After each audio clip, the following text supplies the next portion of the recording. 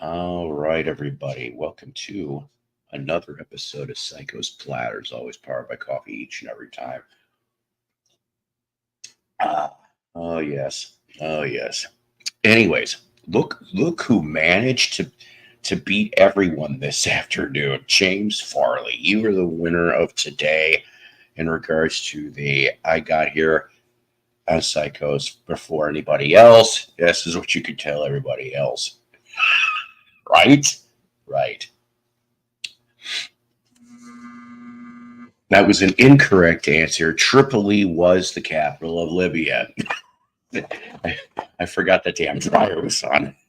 You know what? Such high end quality television we have here. Oh, such bare bones. But let me ask you this. I do think that we still would be better than public access cable shows. You betcha. Hi, Jen. How are you? I've alerted all the VC Justice League. So I want to just simply drop a little statement before we get started, if you will. Other than always powered by coffee each and every time. That is a mighty psycho promise. So today, unfortunately, it was nobody's fault. It was mutually decided.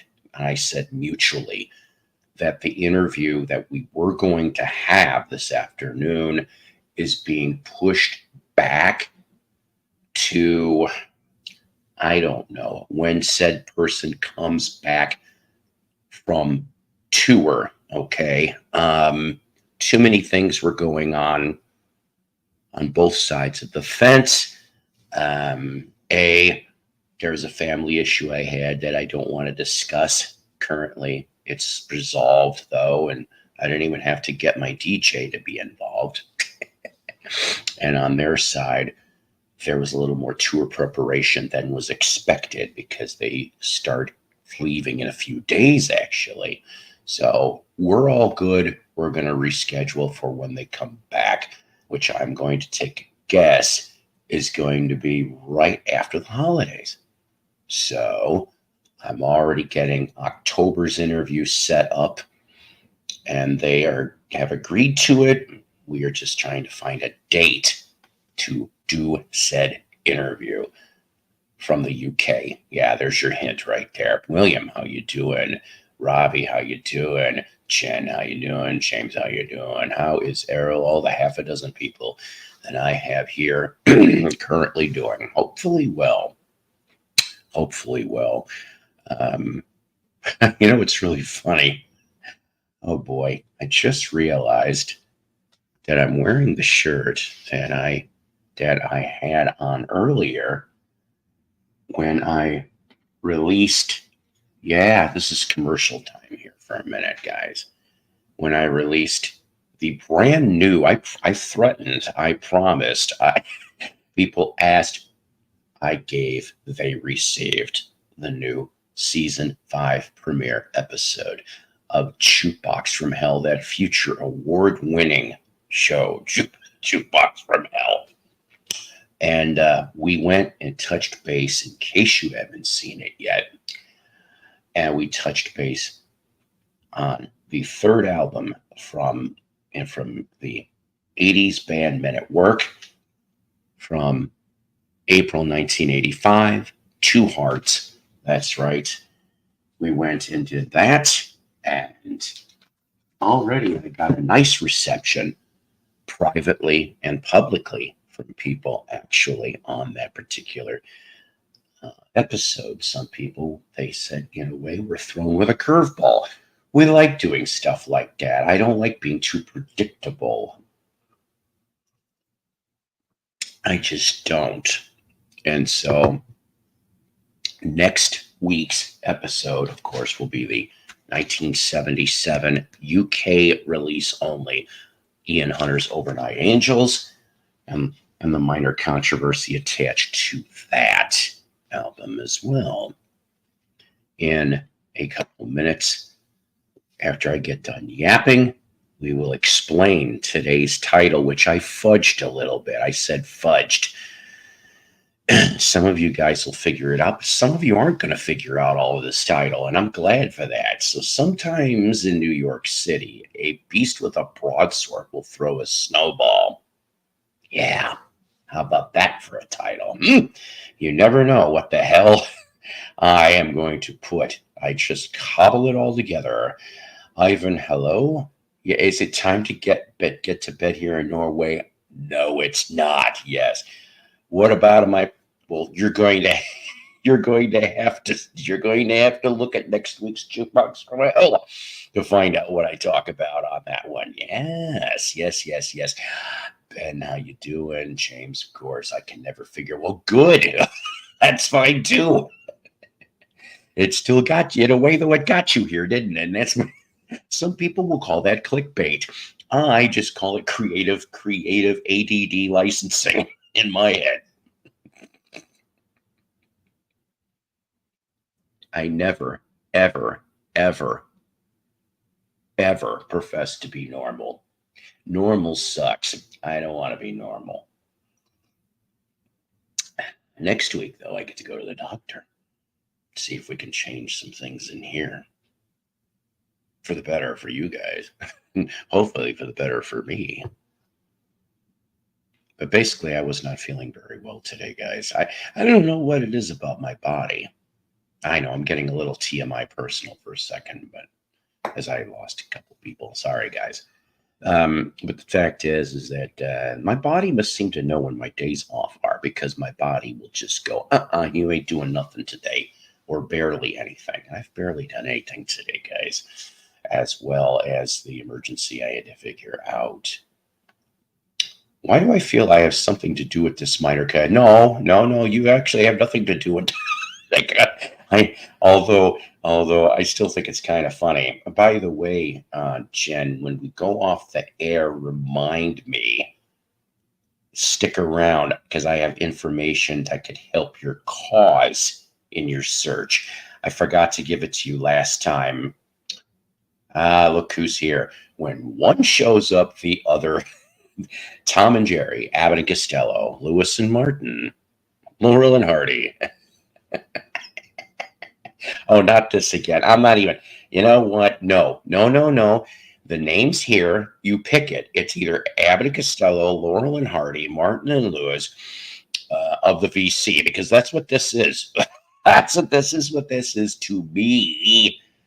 You both can call me dicks. I don't care because that's kind of what it is in a way. You know, it's like a one's a straight man, one's a front man, funny man, not front man. But the mom would have a front man. But you get what I'm saying on all this. Oh my God, there's more toys on the island. There's always been more toys on the item. That is incorrect. I am one of the gods of the VC. No, no, actually, I'm the court jester of the VC. I had a boyfriend who wanted to role play as Martin and Lewis in the bedroom once. Oh my. So, so which one of you were the pizza pie? That's amore. Oh, okay. Well, then. Hey, riboflavin. There's people sleeping, or I'd go give you the full out Jerry Lewis impression I have. Riboflavin. God, I'm a schmuck. Anyways, oh man, we have stuff. Tobias Tobeans, what did you do? Did you hear that from here? In the kitchen, Toby Tobeans did some damage. Toby, you're on you're on everyone's last nerve. I know you're not going to care, but hear me out a minute. Toby went off. Now, I will confess this was kind of my fault. I didn't know she was in my room this time. Last time she was in there and the door was opened. This time she was in there. The door was closed. Now, I could have sworn she was out here. I opened the door for something. I can't remember what the hell it was. Right? So this was after I took the kids to work. I open the door. Cat runs out. First thing I smell is cat piss. And I'm going, you know, gotta tell you something. Cats have amazing accuracy for remembering where they pissed the last time in a bed. Thank God I have that plastic on my bed because that's what's kept my mattress. I know you didn't come to talk about cat piss, but I'm telling you, she's on my last nerve. And even though I love you and you're adorable, you're at strike two, cat. That's all I'm saying. Yeah, one more strike in you, Toby, and you're gone as far as I'm concerned. Did Toby? Oh God, I would. You know what? If Toby pissed in my coffee pot, so help me God. Thank you. I like this tribal chief thing. But now let me throw this out there for a second, Astro. Okay, I can't remember your first name. I am so sorry. Is it just my imagination, or was Bash in Berlin kind of a little underwhelming? I thought it was anyway. But I will say that, yeah, row indeed on the cat pee. I guess I've heard about that, about the Europeans like cat piss and they're kind of gross. Let's see here. Hang on a minute. You two get a room. That's all I'm going to say about this now.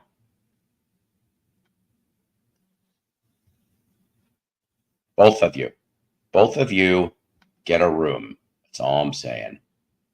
Either that or go to the flagpole of the VC junior high school and go duke it out after the bell, 3:00. Fact. I heard that people used to gargle with urine to make oh, gross. Oh, if that even was remotely true, that is disgusting. I bet you that was Middle Ages all the way to around the 1800s before toothpaste was invented. Gross. I can't even think about. Could you imagine? Can you imagine like you're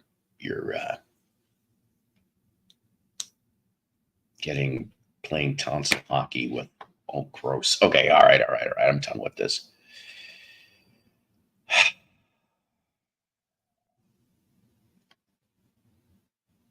This is true. I do remember hearing about that urine is used to tan leather. That is true about that. And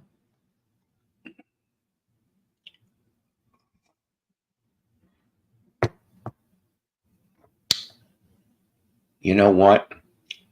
Excuse me a second. You 11 people that are being patient and kind. Good or bad, I lost my wife, remember? Fact of the matter is this. She died. Okay. Not cool. Not cool. And her urn is on my dresser. I see her every day. I miss her every day.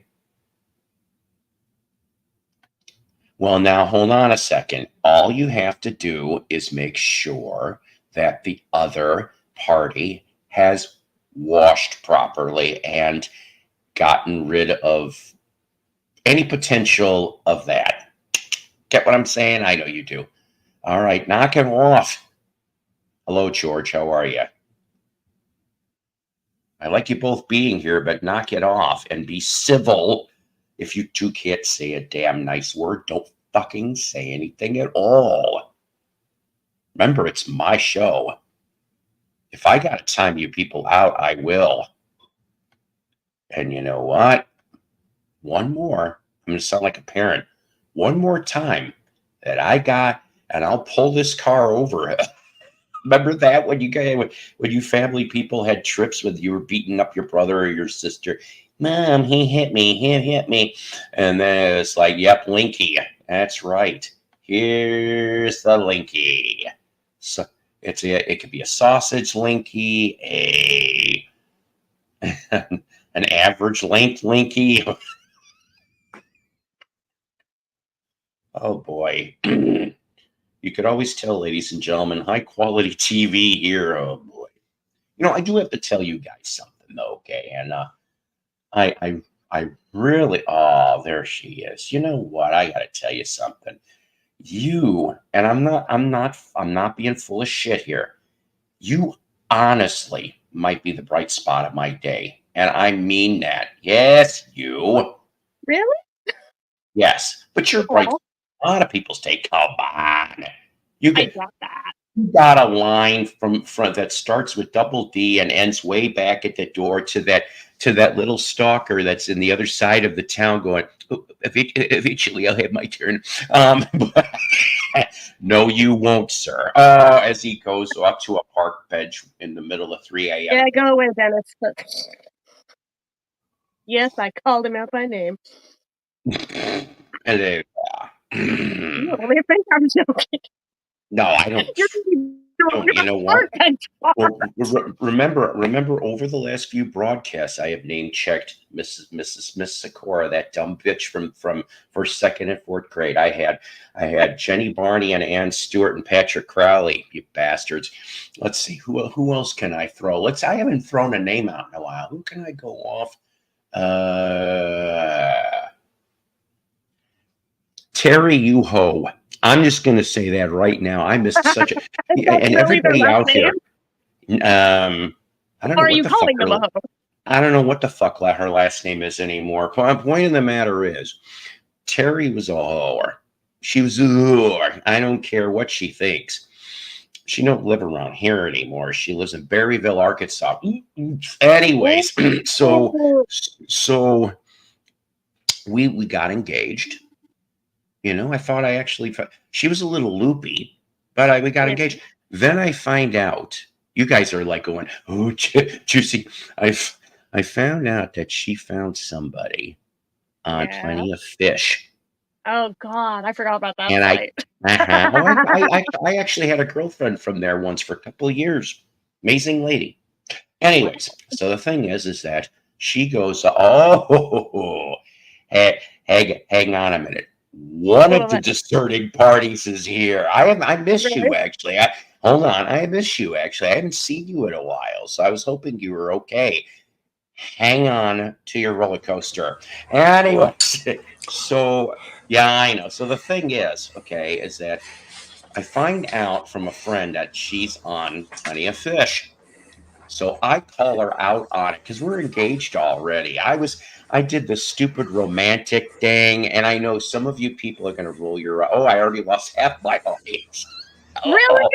I literally, I just looked, but I don't care. This is my show. So the thing is, ignore the numbers. Is that I got on one knee. We both worked together at the Walmart we worked at, and I didn't know it was recorded. There's a film from like 10 years, 12 years ago of this. How embarrassing. I hope it's destroyed. Anyways, so then she had the nerve to invite, because she got along with my kids, to invite me and the kids to the damn wedding, which was down the street. And I'm like, and this is the words I said afterwards, I would have gone, but they didn't have a good enough spread. Because I'm fat. And a good spread at a wedding or a funeral, oy vey.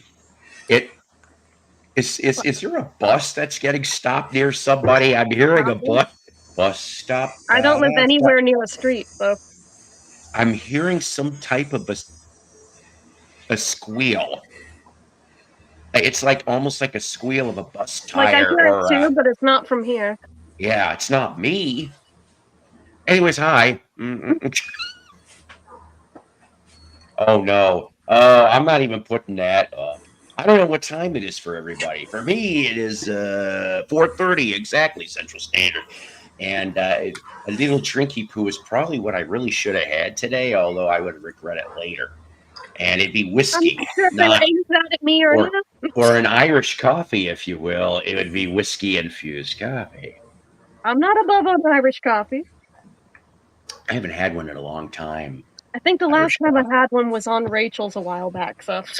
Oh, see, there you go. Like, I literally couldn't get a board in Edgewater's that day, so I was like, screw it. Fuck me. James, I forgot the squeal's copyrighted. Son of a bitch. I will never win. I have to have an Irish coffee every day just to watch Rachel's show. Well, whoever needs the drink of choice, I will not complain about at all. I'm just kidding. I know you are sort of. I actually know it. I do like Irish coffee, but usually that kind of liquor's a little bit too high end for like, I don't know, just that kind of drink in general. It's like not my style, but like I'll pick it up on the clearance rack. That's kind of like my thing, find that Kahlua sitting there 50% off. I'm like, yeah, I'll have some Irish coffee. Yes. Oh, sure. If it's can't turn that down, man. I remember going to a liquor store in Seligman, Missouri. There's a name for a town. It's one of the first border towns when you cross Arkansas into the state of Missouri. And I used to go into Ruby's. Yes, not sponsored by Ruby's. It was one of those gas station liquor joints. You guys know what those other things are. And so I went in there not intending to buy booze, but there was these big boxes. I'm not kidding you, boxes. And it said Canadian whiskey. And I cannot even remember the brand name because I never fucking heard of it. Did it turn out to be Rock Gut? It said $2.99 a bottle. And I am sitting here and I'm going, fuck it. I said, if I don't like it, I'll give it, because it was around Christmas time. I said, screw it. I'll give it for Christmas gifts. So I bought $20 worth. Nobody else got them for gifts because it actually tasted decent. It was some of the best bargain. I don't even know where. I wish I should have taken a picture of the label. But yeah, it said something Canadian whiskey. And I'm like, I don't care. Yeah. When I was a bartender, I started to build up like a liquor cabinet, and it's just like when you're making all the mixed drinks for everyone, and you're in that atmosphere, you do kind of want to come home and you want to like be able to make up your own drink while after you get off work. So I did have a little bit of a collection going, but since I've been out of the game, I have used up, over the last year and a half, I did go through whatever bottles that I had. Just happens like that, but oh yeah. If you're monetarily low, you'll be sitting there going, okay, what can I create with this? What's left of this purple passion from Everclear mixed with this fill in some really shitty tasting whiskey that was on clearance along with a spritzer. And there you are. Just played this game with like really shitty peppermint vodka that I swear was Rock Gut. And no matter what I mixed it with, it was awful. It was God. Okay, you know what? That's really funny that you say something like that. Okay, I think we might. Maybe we talked about this. I don't know about the shitty green apple Fanta for the Beetlejuice edition. No. Don't get the green apple Fanta. It doesn't taste like green apple. Liquor cannot cover up the shittiness of this. We have tried. We have tried. Damn. Don't get the green apple Fanta Beetlejuice thing. Don't do it. You're talking about the soda Fanta? Yes. They have a green. Okay. Yes, or you may be seeing Ghostest with the mostest if you keep drinking that green apple Fanta. See, I've never been a big fan of that, or like Faygo or all those fruity sodas, but they're very hit or miss for me. So it could go either way, but I'm like, I don't know. If you're saying it's that bad, I'm like, maybe I should stay away from it. See, now I'm getting to that point. Now, I know we just hit Labor Day, so I got to wait till around Thanksgiving. But my favorite drink of choice, and I will drink a little bit, unless the grandkid's here. I will not drink in front of the grandkid. That is a big rule. I didn't drink in front of my children either, so that's been a rule I've had. So you were a good parent, unlike mine. No, please, I tried, okay? But yes, you're right. I didn't want them to go, oh, look, Dad/Grandpa's a drunk. I'm not a drunk. I drink coffee more than I drink booze. Right. So hang on a second there. I don't know what you've got. Let me finish this. Will you let me finish the story before I go fucking showing your record? I was just showing a record. I wasn't trying to interrupt. I know that. Show the record now. All I was trying to say was Happy Woo Wednesday. All right, carry on. Oh, there you go. Carry on. They're nothing to fuck with. So the thing is that I go off and I'll get Apple Crown, okay, and ginger ale. Preferably, real ginger ale is fine, but guess what? I don't like spending the prices. So Canada Dry it is, or what the hell's the other one that's out there? There's two different ones. So you mix those together, and I swear to God, when it's mixed properly, it tastes like a fresh, crisp apple, and they go down very nice. Like a That's my martini? holiday drink, like a martini. Goes down real nice and smooth. And if you really want to play games, and most people don't really want to, but in the holiday, I will have the occasional Brandy Alexander, aka Yeah. Harry and John's Yep. favorite drink. The whole And reason I tried it in the first place was because of them. Right. As soon as I And heard that story, I was like, the next thing I had my to do was go God, have one. they go Never down mind, I was so like good. 16-ish. They go down Had so to- fucking good. They are So, good. Paul, do you get into the mules, like a Moscow mule or something like that? I've had them. I have had them, but it's been quite some time. Because ginger beer is like goes well with mules, or like a the copper cup. So I'm a huge fan of those, especially like on a hot 95, 100-degree day. Sometimes Like today here.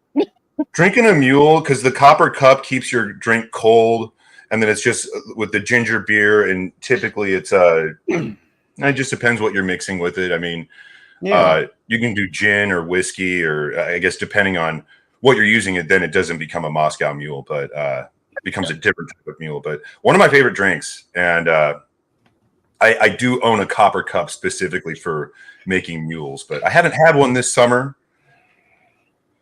This Coors Light's been my summer drink this year. So I really only drink when it's like, 95 degrees. Like today is like 90 degrees. So yeah, we're in the same area. Isn't it pretty hot where you are, right? Paul? But see, here's the thing, though. I think for me, it like touched slightly over 80. So somehow maybe because I know you're only a couple hour drive from me, aren't you? I don't know exactly where you're at, but one of these days we need to torture each other, even if it's like a midway summit where we can just like meet halfway. We don't. Where'd you go? We don't. I didn't. We don't. What the What hell? the hell? What is happening? I don't know. Let me There check was a thing. TARDIS moment. Let's see. Oh, what's Jen drinking today? That's what I was gonna say, Paul, we don't torture enough on your live stream. You know what? This is what I consider the fun of the week, is when I get to do these things. But yeah, you know what? See, I got to tell you something though, William. You know what? You actually you abstracted a memory that I forgot about since I was a kid. Oh no. No, not a bad memory. I mean, okay. So like, all right. Well, okay. My dad, and we're talking. I mean, he's my dad, even though he's the stepdad, right? Since age 9. He's dead. Been dead 5 years, but when in the 70s, early 80s, okay, when he'd come home from work and have one or two, nothing too crazy, nothing too over. He would have that copper cup. I forgot about that. He didn't have it all the time, but he had it on there'd be like this little, I don't want to say a nightstand, but it had a lamp, and you could put just enough to be able to shove a drink or two on that thing to hold it while he was sitting there in the chair. And I forgot all about that till you brought up the copper cup thing. Yeah. Well, they're not cheap. No, they're not. Yeah, if you can go to a Goodwill and find anything copper, I'd go ahead and pick it up. I will tell you, when it was last summer, was the summer I decided to go super heavy on looking at garage sales for records. And I found a lady, I bought $150 worth of records from her, but she also had this box of copperware, like kitchenware, and she only wanted $20 for it. And holy shit! Wow. I know. And I only bought one copper cup from her, and someone else, while I was looking for the records, came by and scooped the kitchenware. Unfortunately, wow. But well, you're lucky to get the copper cup. Mm-hmm. Yeah, no, I was lucky to get the one cup, but now looking back, that'd be. What's that? What was in the records? I actually, there was a pair. I call all my shorts now parody shorts. There was a short last year of the haul that I got, but I think I made all those private. Just like sometimes old videos, I will be like, okay, people have watched these, just to, just to keep my stuff exclusive. You know how it goes, but yeah, no, still, I don't know. I almost feel like I'm the type of guy who I'd probably like ruin all that copperware or wouldn't know what to do with it. Or it's like stuff like that. The wrong thing in it and poison yourself on accident, as you or do. That. Yeah. But I've had like the copper pitcher. Like I had an old one that I tried to keep water in it. And I think it had been used so much that like there was an aftertaste. So yeah, so like when copperware, like it has a shelf life too. So it does. You don't want heavy metal poisoning. Yeah. What is the drink back in the Middle Ages? If I remember correctly, I remember reading something about this, that people got alcohol poisoning because of the copper cup mixed with a particular type of liquor. Does anybody remember what that was? Because I'm trying to remember. I remember reading I know that what you're somewhere. talking about. Yeah, it was I have like no the idea. combination caused people not instantly, but like within minutes And of it an had hour, some they kind of died. citrus in it that made it leach into it. And Yeah, exactly. I think we need a Wikipedia expert on this. Can we get Rob up here? Let's not say we did. Okay, I have no idea how to navigate around Wikipedia. But I would be interested. Oh my! Not sponsored by Wikipedia today, by the way, ladies and gentlemen. Although I have always been truthful in regards to when I do my jukebox from Hell's, that yes, Wikipedia is part of it, but it is a minority of it. I do try to ban websites officially, like with Men at Work. Although Men at Work, that website really didn't have very much on Two Hearts. I actually had to cheat. It's Moscow Mules. If it sits in the cup too long, yeah. Oh no. Uh-oh. So how long is too long?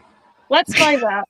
Because, you're not going to, you're going to let it sit there for 2 hours and then drink it later? I mean, typically when you're drinking a Moscow Mule, you want to drink that within 20 minutes, I would think.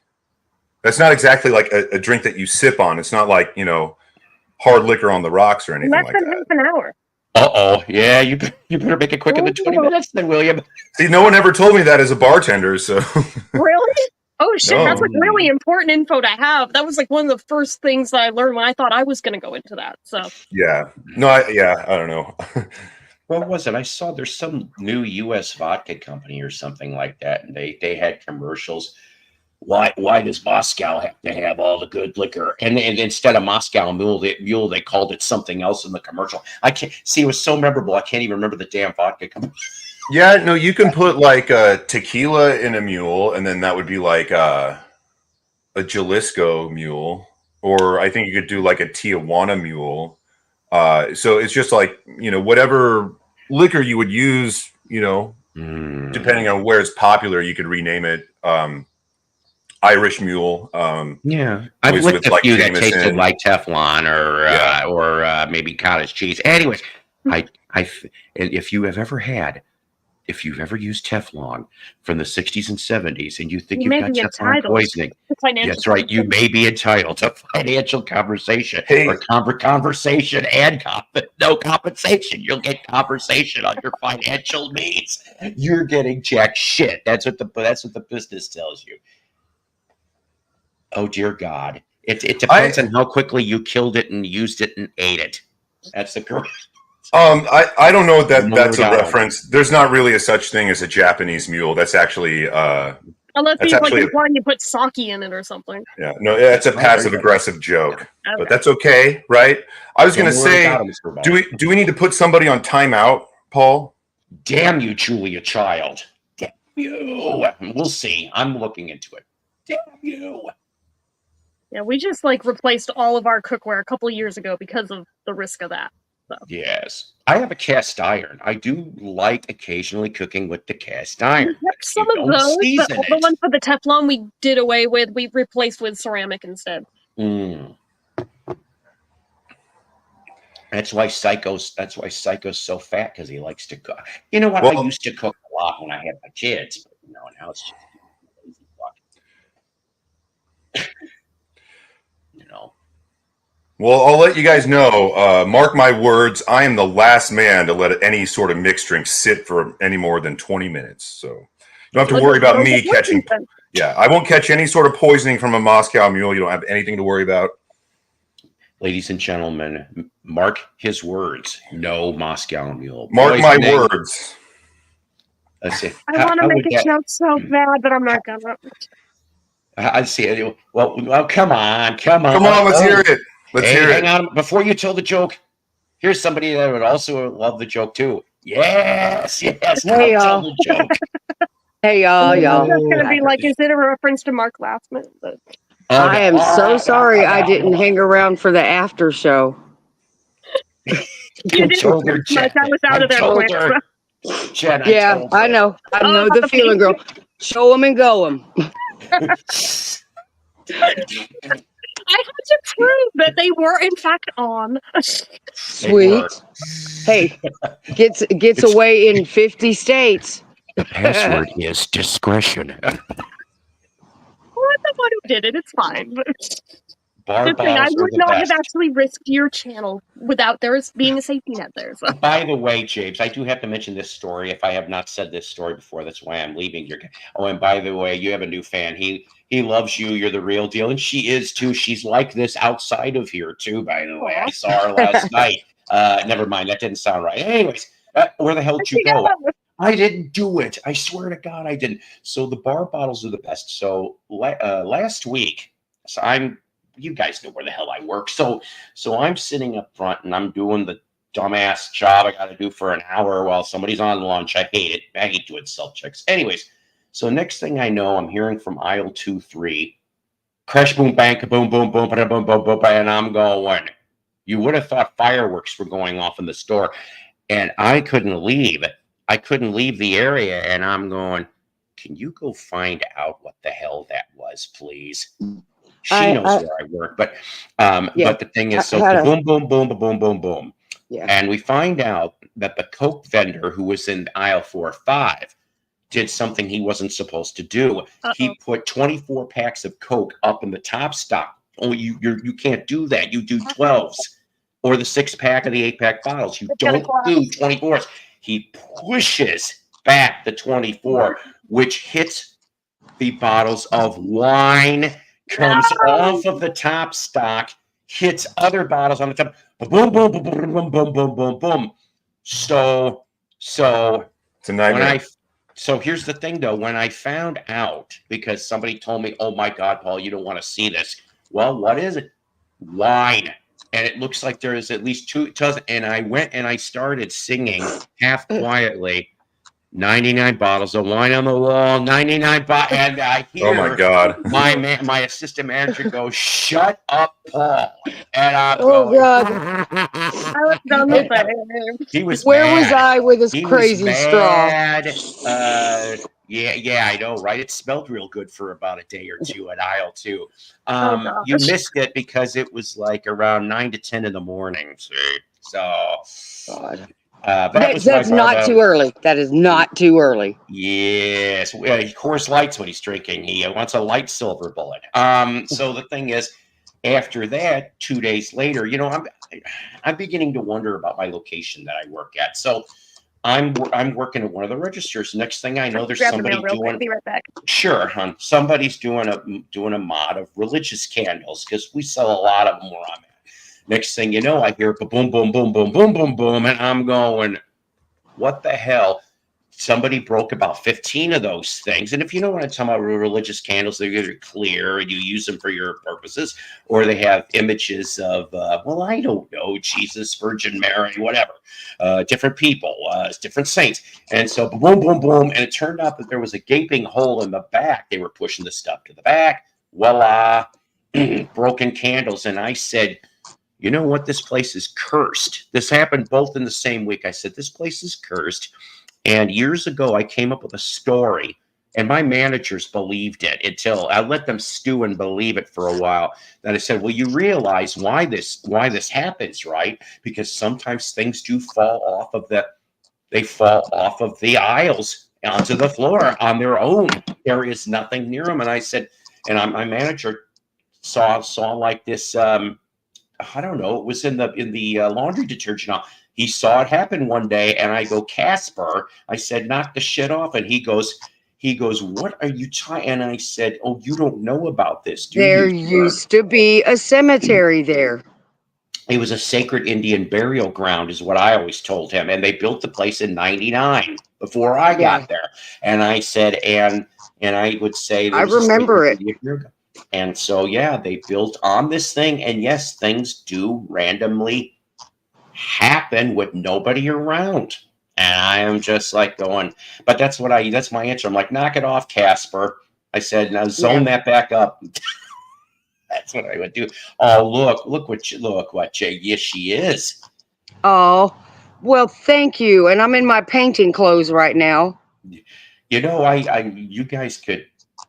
Well, anyways, I have both of you on Messenger, so you guys could be the love connection. We'll be back in Yeah. 2 and 2, ladies and gentlemen. As Amen. Chuck Woolery would say, 2 and 2.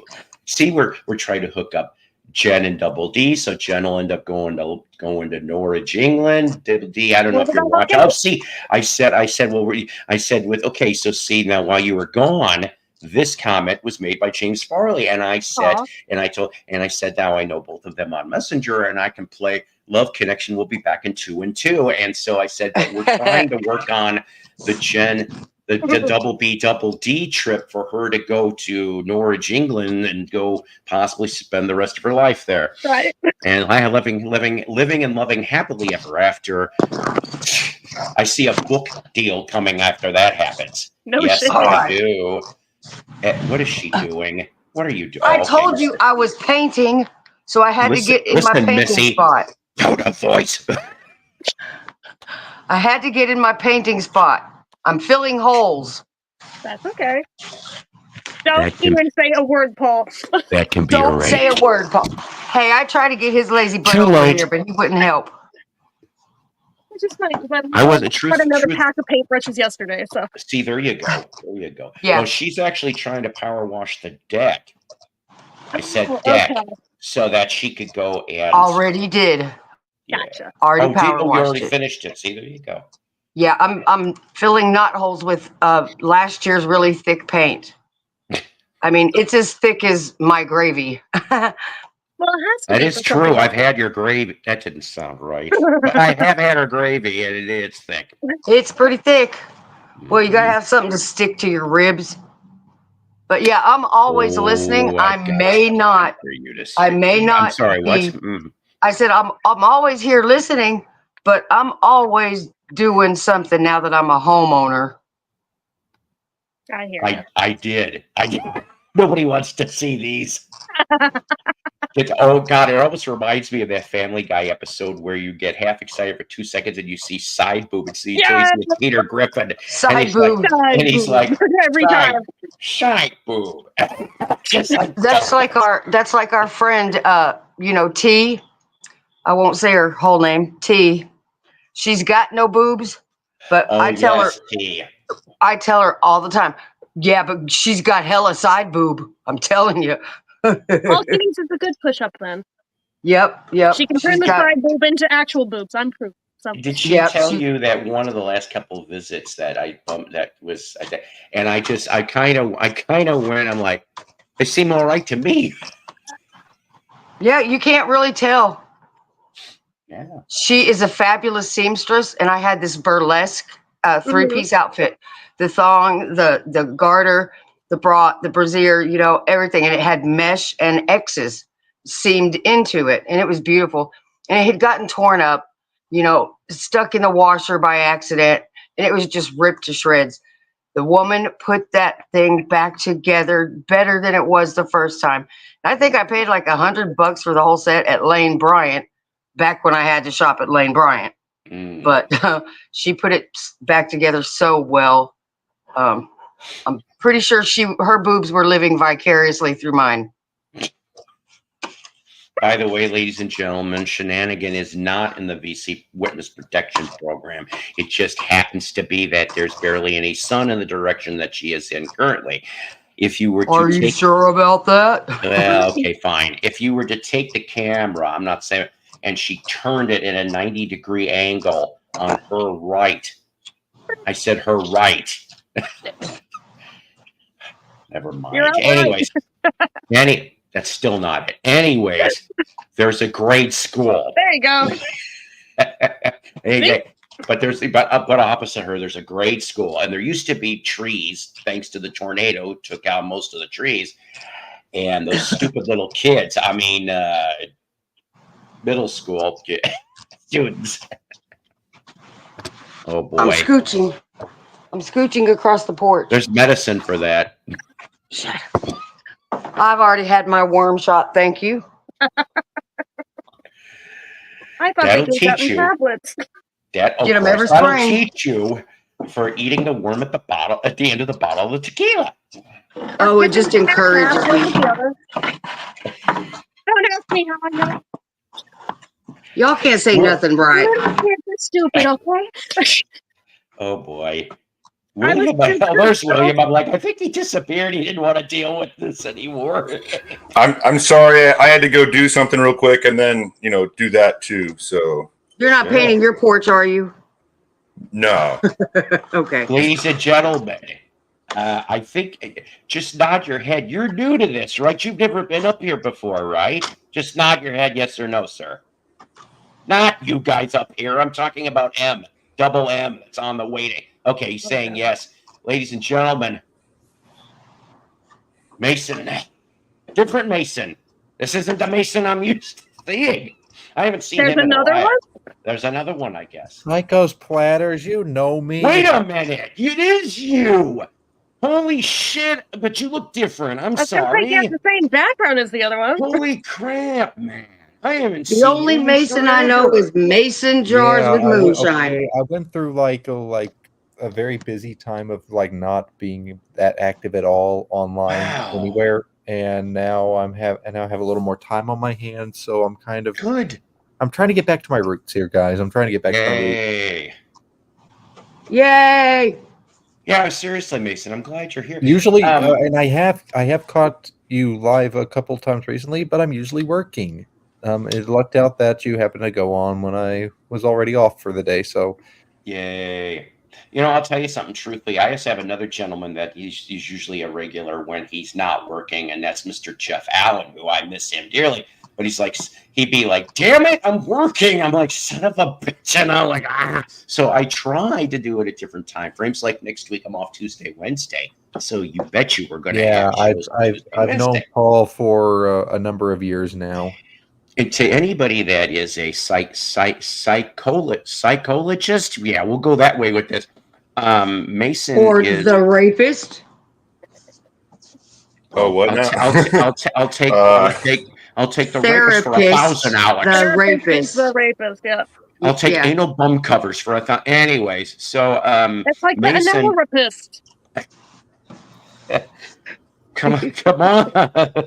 But yeah, here's proof that I never really left. I was just kind of see. Look at this guy here. He is a legend. He is a legend in my universe because the original 4 was him. So it was me, Mason, Groovy, Lisa, and Richard. We were the first 4. That was the first show I ever was on. They never come up as long as I'm here. I don't know why. I don't understand. Wait a minute. Who? Groovy Lisa. I don't understand it either. She refuses to come on a screen with me, and I don't know why.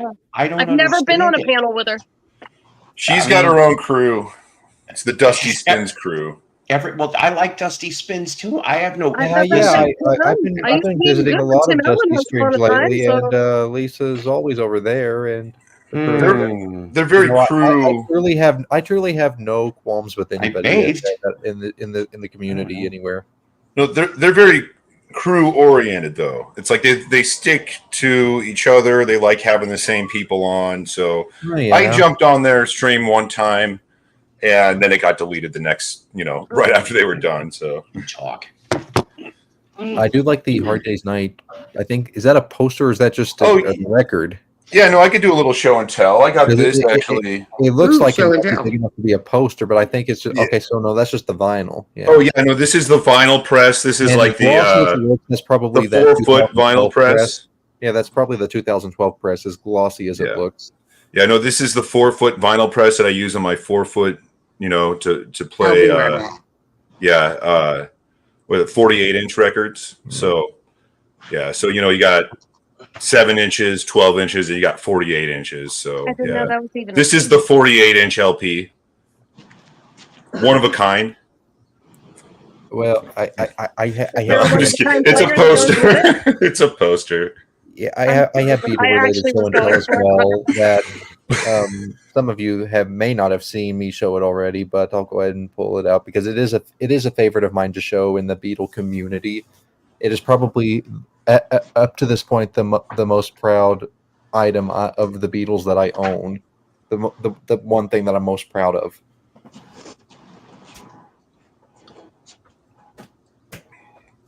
Well, Jen, while we wait, Everybody left. yeah, how you doing? It's been a while, I mean, Yeah. yeah. Now, I see up on Rachel, or I guess he's back. So yeah, if it's going to show with the background, I don't know, but this is just very nice to have. It's the U.S. album. Oh yeah. Yeah, but this is just I very can't nice see with the green screen on, but or the green screen kind of. album's box set. Yeah. Well, the background's not going away because I am in my bedroom. Sorry. Oh, all right. My Excuses. backdrop doesn't go away for the same reason. So It's always nice. It's always nice when you consider that most casual Beatles collectors, they count they count Please Me as the first album, which it is, but over here in America, this bad boy right here was. Yeah, see, we have a different first album. Of course, every Beatles album is their first album to me. So. And then, of course, you have your Hard Day's Night, and well, I have mine. Oh, wait a minute! I'm sorry. Yeah, I've had that. I didn't know you were showing things. Yeah, that's the United Artists Press, or a portion of it, anyway. You don't need to make me big, Paul. I'm not even it's not even focusing. But was that a CD or an LP? Well, technically, they're mini LP replicas. That's what they call them, but it's a CD box set. All right. Sorry, I was going to make. This just includes everything that they put out on Capitol. yeah, I've got the same set. Nice. Oh, what is going on with Jen? No, every time it gets really hot out, it fucks with my internet, and I don't know why. Oh, I think it's just because you're there with the internet on. And it's yeah, on. I think you're what's making your internet hot, Beetle babe. It's getting hot in here. Well, don't say the next line because I did that the last time. Well, yeah. Hey, if you did that, I might have to do another rap video for you. Oh no! Did you say rap or rat? Because we could go round and round all day about that. Did you did that song? I must have missed it. No. I mean, as in, no, the last stream on here I had my full tits out. So. What? I guess I need to tune into Psycho's Platters more often. That is for the remember the Psycho's Platter streams to be this unfiltered, but I guess they are. Like the view count. We're not filtered, Mason. We're done with that. So wait, that wasn't the hot tub episode? No, that was here. That was okay. Wow, I guess because. Yes, it was not the Jamestown hot tub party. I've been video chatting with Double D, and then I was like, he was like, you should go up there. I was like, right now, like this. He's like, yeah. I was like, no, I shouldn't. He was like, yeah, you should. I was like, you're videoing with your chest. Be careful what you do on here. You might get the host before I came up on here, but after talking to him, I threw on pasties under the shirt real quick, but left the shirt open and came up here and was like, I'm playing a very dodgy game of if I move wrong, they will be fully out. And they cottoned onto this real quick. And then Melody was like, you should stand up and bounce for us. Wait, so is this still available? What was that? Well, with all is it still available? What kind of... Oh, okay. Well, I got something to watch later tonight then. So What's that, Mason? I said, with all due respect, what kind of chaos do you have running over here? Oh, I've had this for a very long time. It's a shit show, Mason. It is. I was just going to say that, people need to be careful what they show on here because they got to remember that they are live. This is not. I knew exactly what they were doing, but that was why I had pasties on to make sure that I didn't break TOS. So yes. So is this like this isn't freaking a private Skype group call. This is freaking like live to the public. Yeah, some of us forget that though, Mason. Oh, I didn't forget. I knew exactly what I was doing. Uh-oh. And Paul gets to read the bullshit. So you do. You were trying to mess with the minds of all these horny bastards that come on here. But Paul gets to reap the benefits, so you're welcome. Yeah. Well, Beetle Babe has, she's a female. She has that in her nature. Actually, Nathan, that channel, I am told, will be started very soon. I thought OnlyFans was going under. Not if you get back, and not if you get on it. It'll stay alive, and it's all going to be because of you. Yeah, we need you to save it, Beetle Babe. Nah, forget that. Forget that stuff. X is the new way to go. Damn it, formerly known as copyrighted. X is the new way to go with that kind of content. Because it's free. What's that? The free? Wait a minute. The free OnlyFans, isn't that just trailer park trash and crack whores? AKA me. Not you. Knock it off. Come on, you're a little bit more classy than that, Beetle Babe. Not by much. Not by much. Okay. Well, does remind me of a I would know what to. that lives in the town. I would know what to expect. I don't know. The red hair kind of has it going for her, you know. She lives in the trailer park across from the final school. Hey, the trailer park redhead. That's quite the catch, you know. That's nothing to sneeze at. Oh, I think a few people have probably sneezed into that. Oh God. Oh man. Boom. Wasn't ready for that, Paul. That's right. That was a Dave the Pickup Artist joke. That sneeze is also probably copyrighted. That's a name I haven't heard of in forever. What happened to him?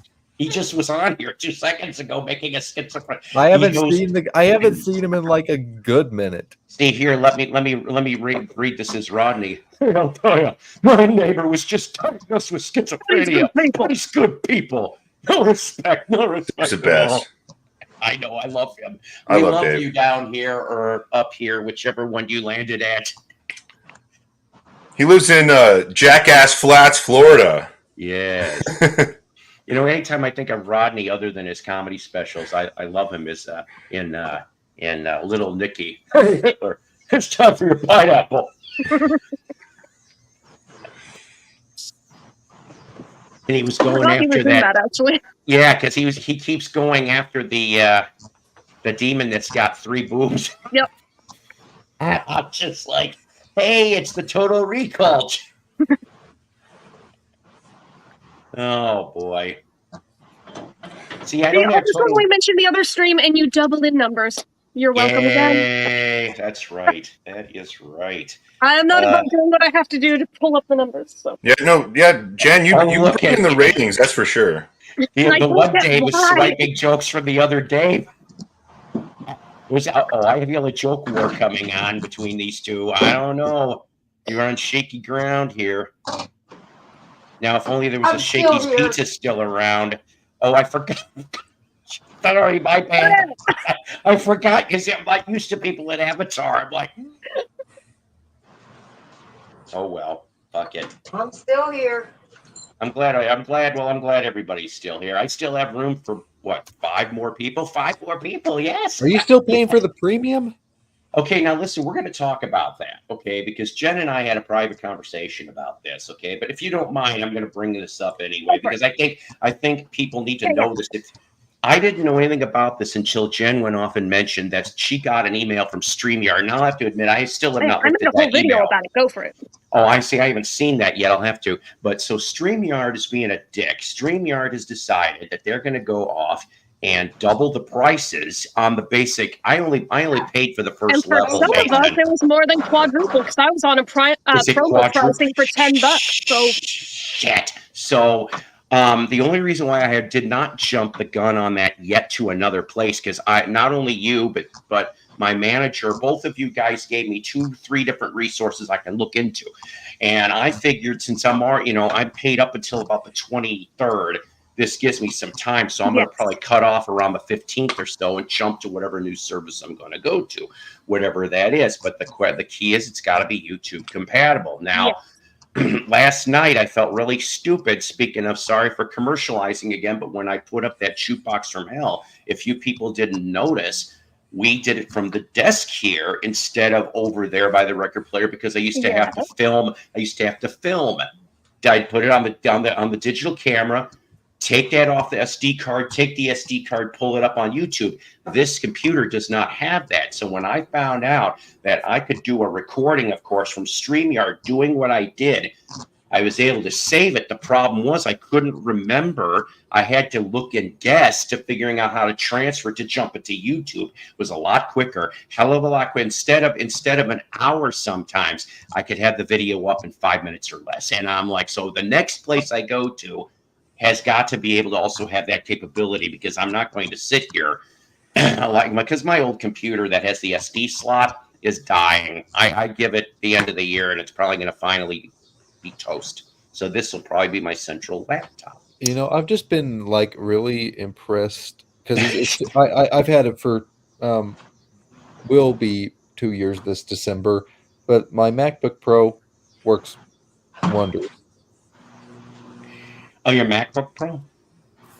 Yeah. Well, that's whatever works, my friend. I mean, technology. I mean, take it from an old fart like me. I never thought ever, if my going to be 57-year-old me on the 27th here, I will be, that if my 57-year-old me would go back to my 12-year-old self in the late 70s and go, you know what, in the 2020s, you're going to be live on a platform where 15 people are watching you right now.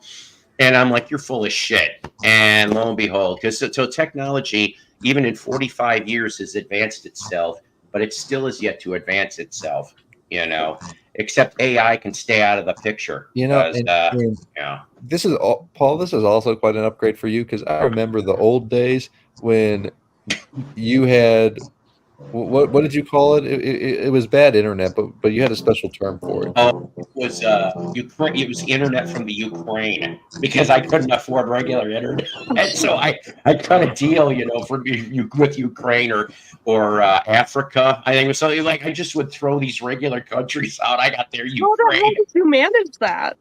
I was being a smart ass. Back in the day when I was still regularly streaming, I would bring him up, and he would say like 5 words of that, and then just freeze. Yeah, that was this laptop.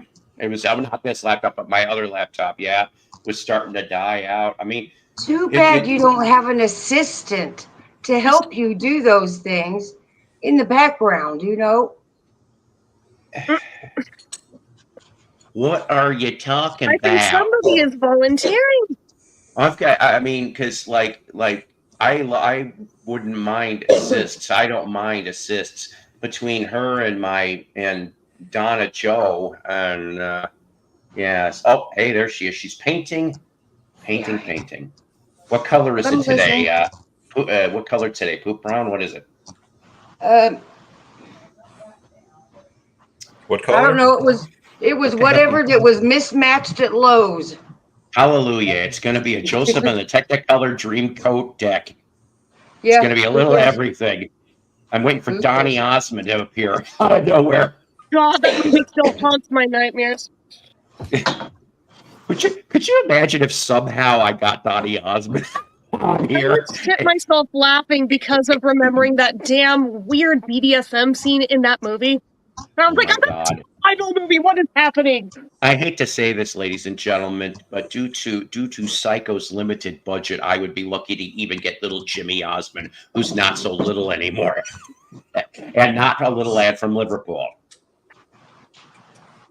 Well, I have a surprise for you. Oh, really? Can we show that here today, or it's a surprise thing on the Patreon? Oh, I got my dividends. So I will be contributing to your live stream. Oh, that's right, ladies and gentlemen. If you feel so inclined, the other part of the commercial, anybody that goes and clicks on that little screen underneath the 3 dots, yes, I said 3, and actually clicks on for the donations to the chat, if you will, all monies go for future episodes, which, by the way, you guys helped, truthfully, to current and future Jukebox from Hells. That's right. And I can, all the people that have done that already so far, things are getting worked in motion. I'm looking into doing an upgrade on a piece of equipment too. So anybody I'm trying to see if I can remember what episode 1 of Jukebox from Hell was. Oh God, you know what it was, but we're going to explain it. And would you believe finally it went over 200? No, do I actually have that right? What was it actually? Was episode 1 actually what I'm thinking it was? It was what you think it was. Well, and if I had, don't pull, hey. Yeah. Stay right there. I got it. Yes, ladies and gentlemen, he's going to show you what episode 1, way back 40 episodes ago, what episode 1 of Jukebox from Hell was. And we had to, hey, look, now who's joining the fray? Yes, okay. Hey, I think, yes. And it's if I remember correctly, it was probably this. It is Thunder. Oh, not Thunder in Paradise. It is. Oh, who just dropped? I have William for did. collector's purposes, All and right, the fact that it actually has a few good tunes on it. Yeah, it's not all bad. Yes, but that was. This was the original press from 1992. I mean, like, it's almost in like a weird, like, halfway long box packaging. It was I never saw another packaging like that, Mason. I'll tell you right now. It came with the fucking poster, for God's sake. Yeah, why don't you show that poster too while you're at it? Oh, yeah. Oh, there you go. Poster. Yeah. Do you think an album of this quality is worth putting a poster in? Nope, that's probably what helped to make Coach bankrupt. KOCH. That was the label. The name of the label that went bankrupt by putting this out. Yeah, that's about that's about like them leaving the third album from the Eagles still unwaxed. It's like, how many albums do you need before you start putting a little wax on that cover? Oh my! Maybe Desperados were involved. Too many tequila sunrises. I got in trouble for singing that in kindergarten. You know, that's because Don Henley was there listening to you. While we're on that subject matter, though, he likes you. I'm sorry, what? Well, while we're on that subject matter, number one, Don Henley is a greedy asshole, and number two, On the Border is probably one of the top best Eagles albums, in my opinion. Oh, you betcha, because that was their first rock album. Thanks to Don Felder, who, by the way, crossing fingers, because I already talked to. Hey, you know, Shannon, maybe you may want to go to this one too. I just thought about this. Huh. There's a free concert, Cherokee Casino, Friday, September 20th. Don Felder is playing here for free. About a 45-minute drive. Who the hell's calling me? Oh, Mom, I already talked to you already. You know me and free things. I love you, Mom, but you know, as annoyed as you are, be lucky you've still got your mom, though. I'm not complaining. It's just her timing is not quite fortuitous. That's all I'm saying. And she's got more of a life than I do.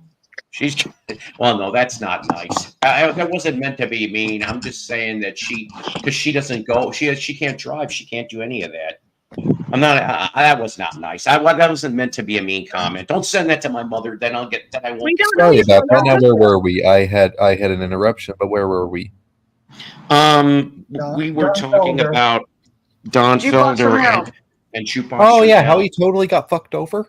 Yeah, Don Felder. I'll tell you this. If I do go to the show, which I think I'm going to, because that's the start of my vacation, really, for a week.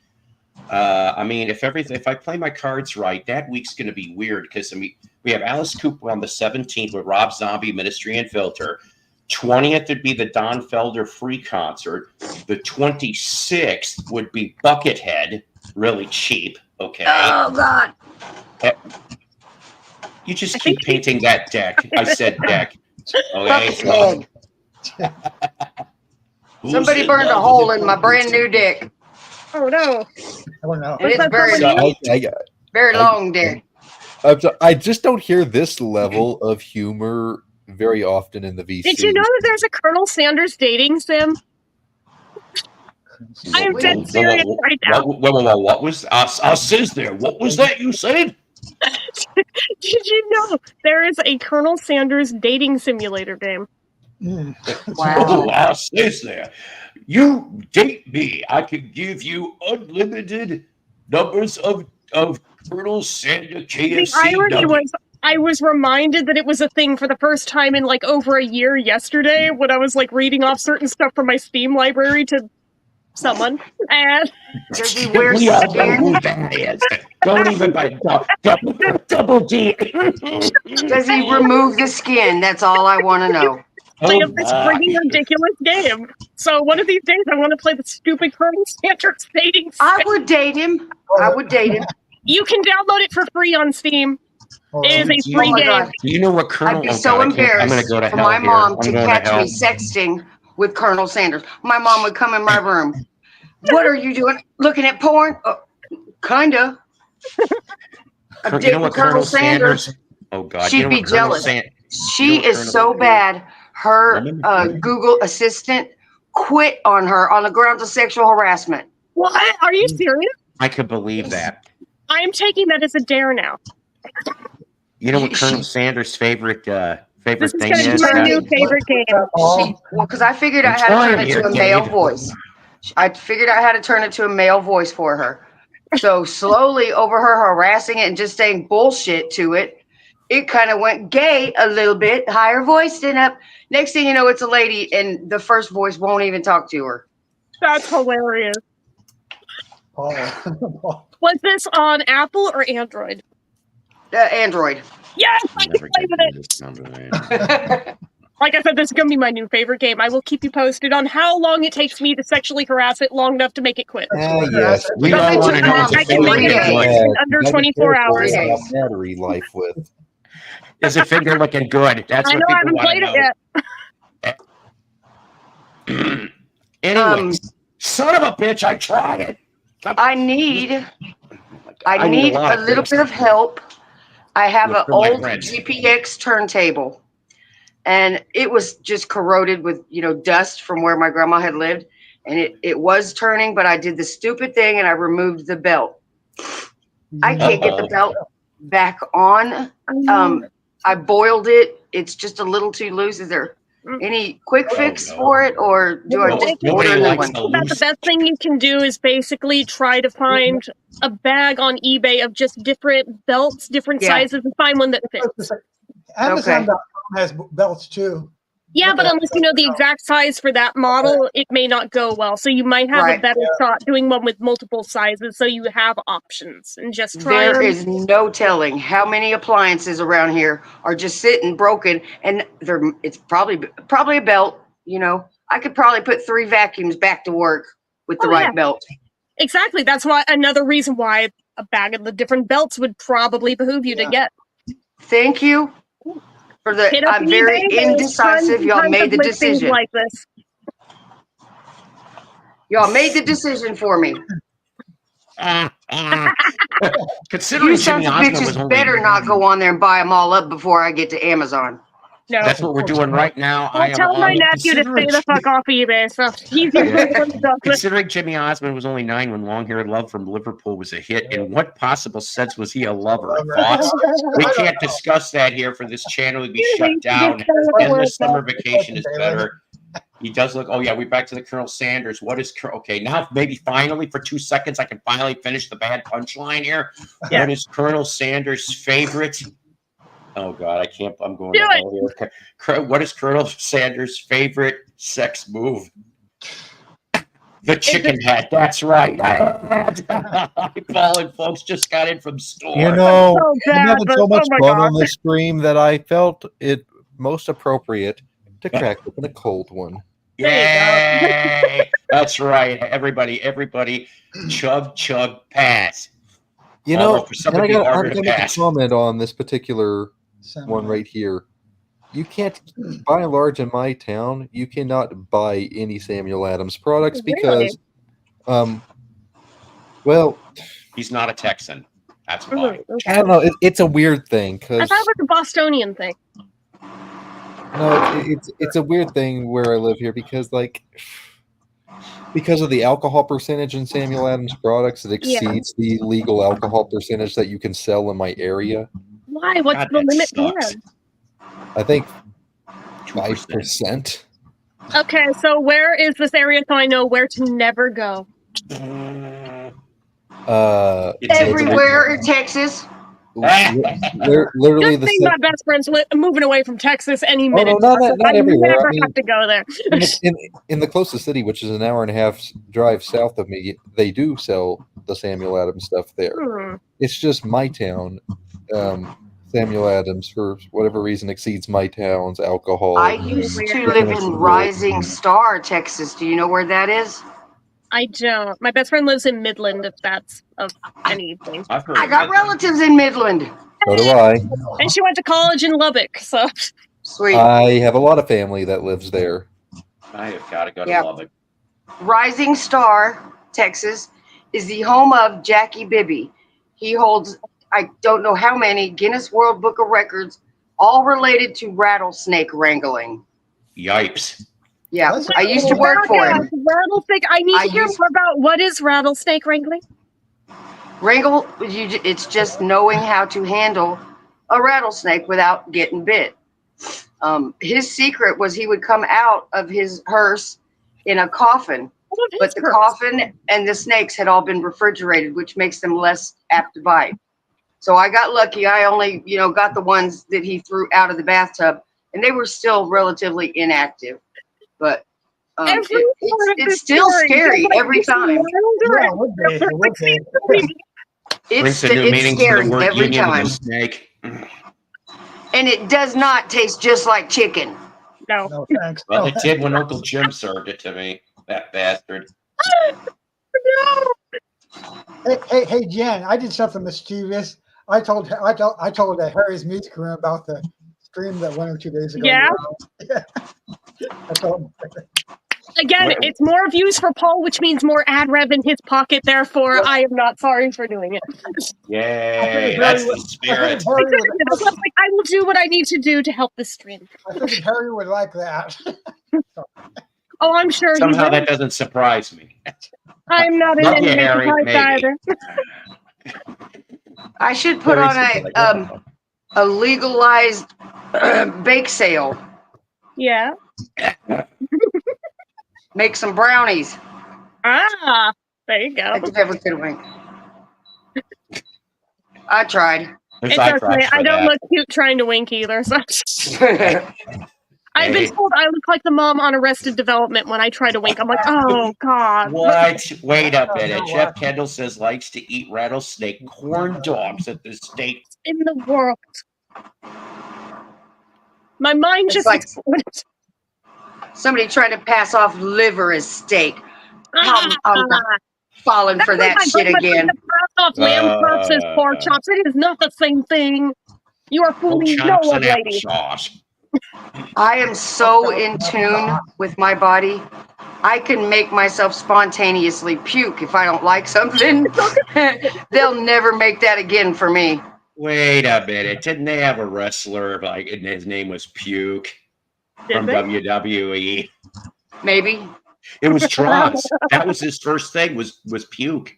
And Droz ended up being a wrestler, and then he got crippled. I think from the waist down. He's in a wheelchair.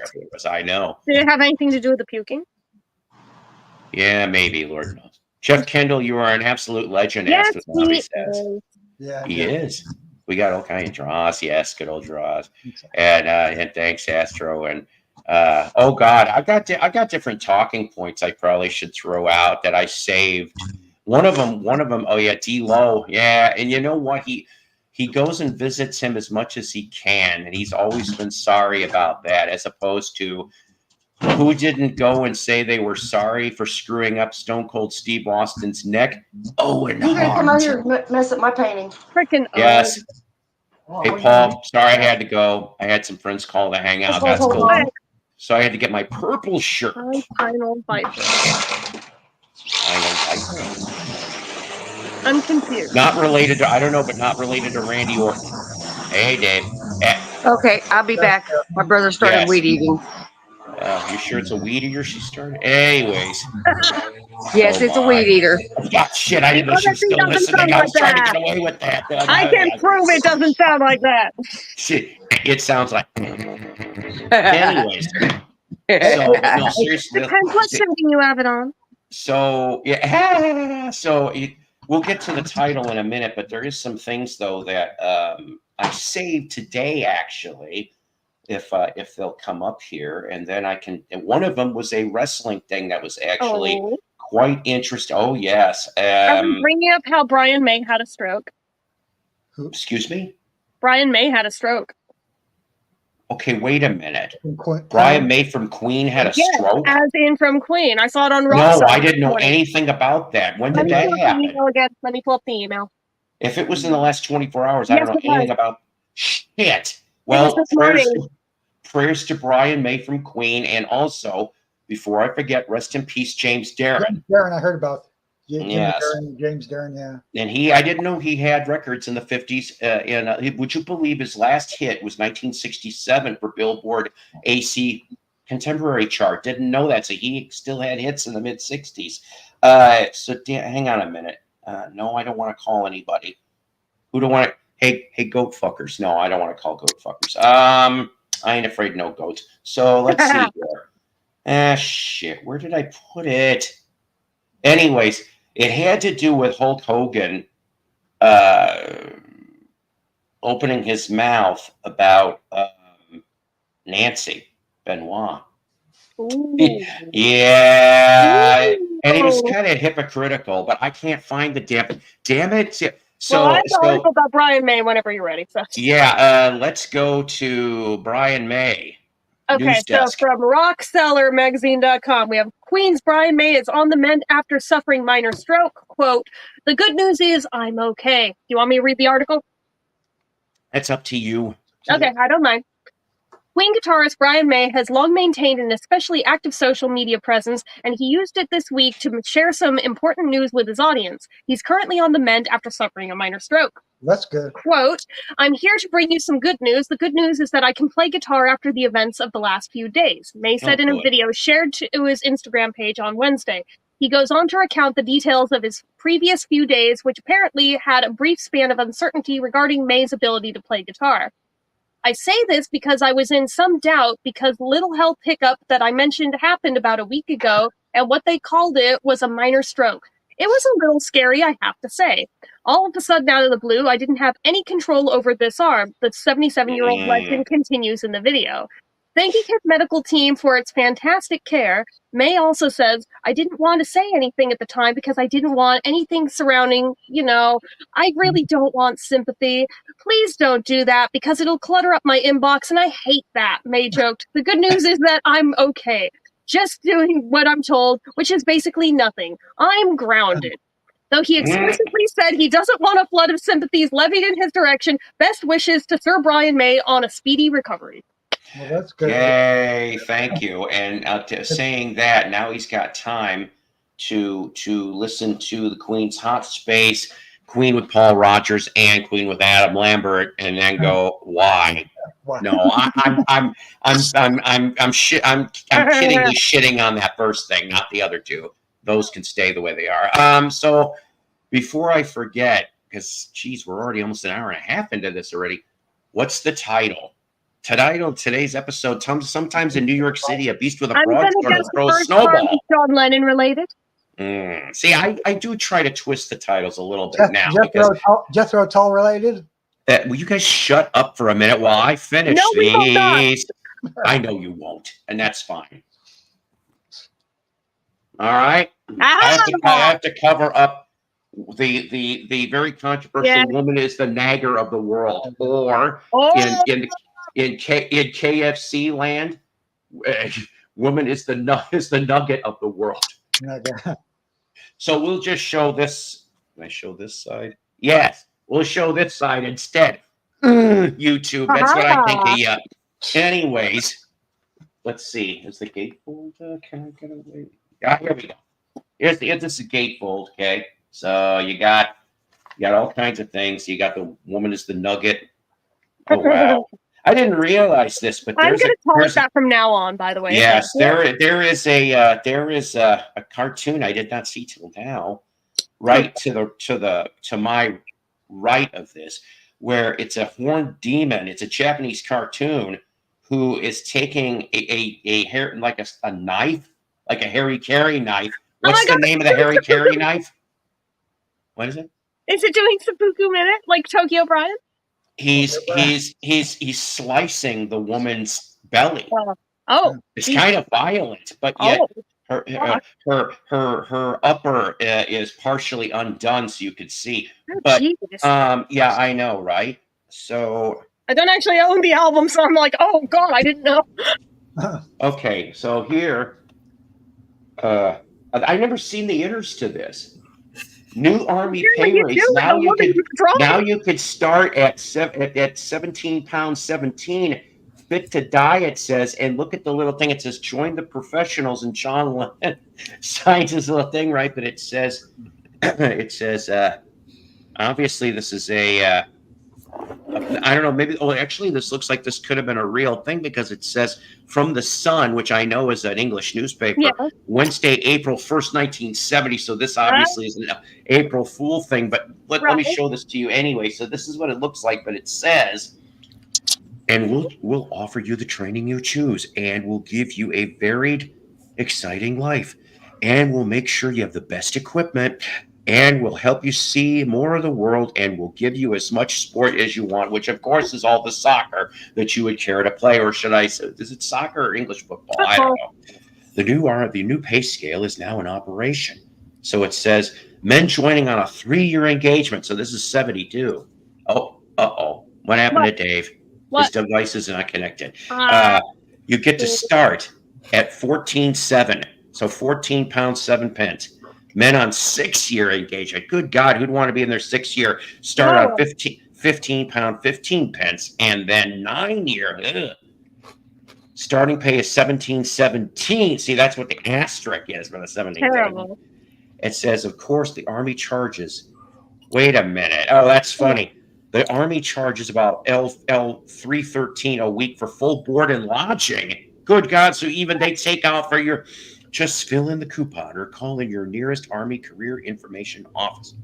And I think that's funny. So that part's funny. And then you got, of course, your what's on the tracks. Now, I'm going to get to this here because there is some things that were slightly fascinating to me anyway about this 1972 album with the controversial Colonel Sanders' Woman is the Nugget of the World. Also, here is the Inner Sleeper number 2. So you get John and Yoko presents Live Jam, Fillmore East 1971 Plastic Ono Band. You'd think that this was drawn by a football. It really was them deciding to do this. Handwriting to me. Yes, well, you got all this. So let me get to, if I can read my writing. Sometimes I can, sometimes I can't. Usually I can. And it says, so like I said, we'll go to this side today. June 1972, this comes out. Part of the album is live, December 15, 1969, with Clapton, George Harrison, Nicky Hopkins, Keith Moon, Klaus Vorman, Billy Preston, Larry Lake Smith from the Bonzo Doodah Band, and Alan White. So that's the December 69 stuff, okay? Now, then, of course, I did.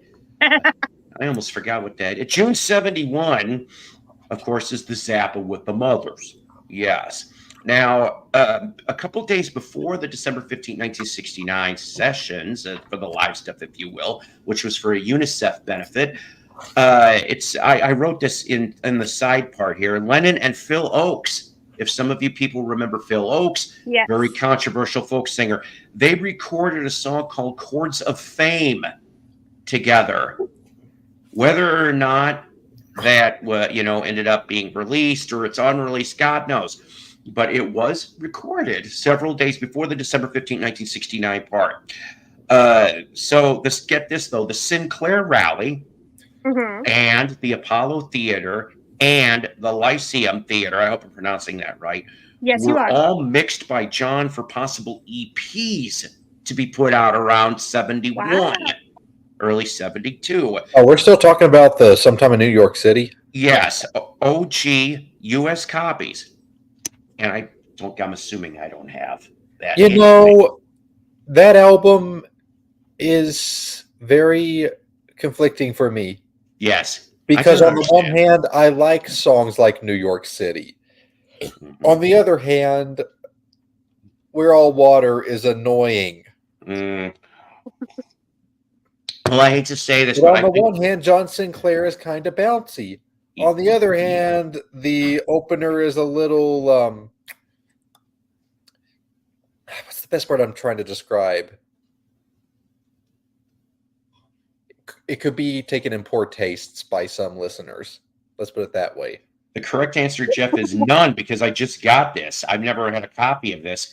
Yes, Brian May had a minor heart attack a while ago, and his heart problem was discovered after he ripped a muscle in his buttock while gardening. Ouch! Shit, I didn't know that. It was a stroke. Nah, well, it was a snow. It was you ripped a muscle in your buttock. Maybe she did after laughing about this. Hey, yeah, I know it was an accident. Lots of things in life are accidents. Broke my tailbone. Well, that is not good. Yeah, there's still time. Oh my. Oh boy. Only on her future OnlyFans are you going to see. Long to notice this? Why did it take me this long to notice this? But your avatar photo is you dressed up in a Ringo Sgt. Pepper outfit. Oh, I've had that there for almost 10 years now. Yeah, it's a cute picture. Is it Ringo? I could have it wrong. Yeah, that's the Ringo one. So OG US copies had a photograph of the Statue of Liberty and a mailable petition for I know it was for John, but I just put John/Yoko for citizenship, even though Yoko was already a citizen. Also in the dead wax of the OG presses, it's on side 1. It says John and Yoko forever, peace on earth, goodwill to all men. Now it makes me wonder. Hang on a second, guys. Because I didn't bother to look. They're very clean, like at least like near a clean old man. Oh boy, what? I wish I could see what the hell. Oh, side 1. Okay, so.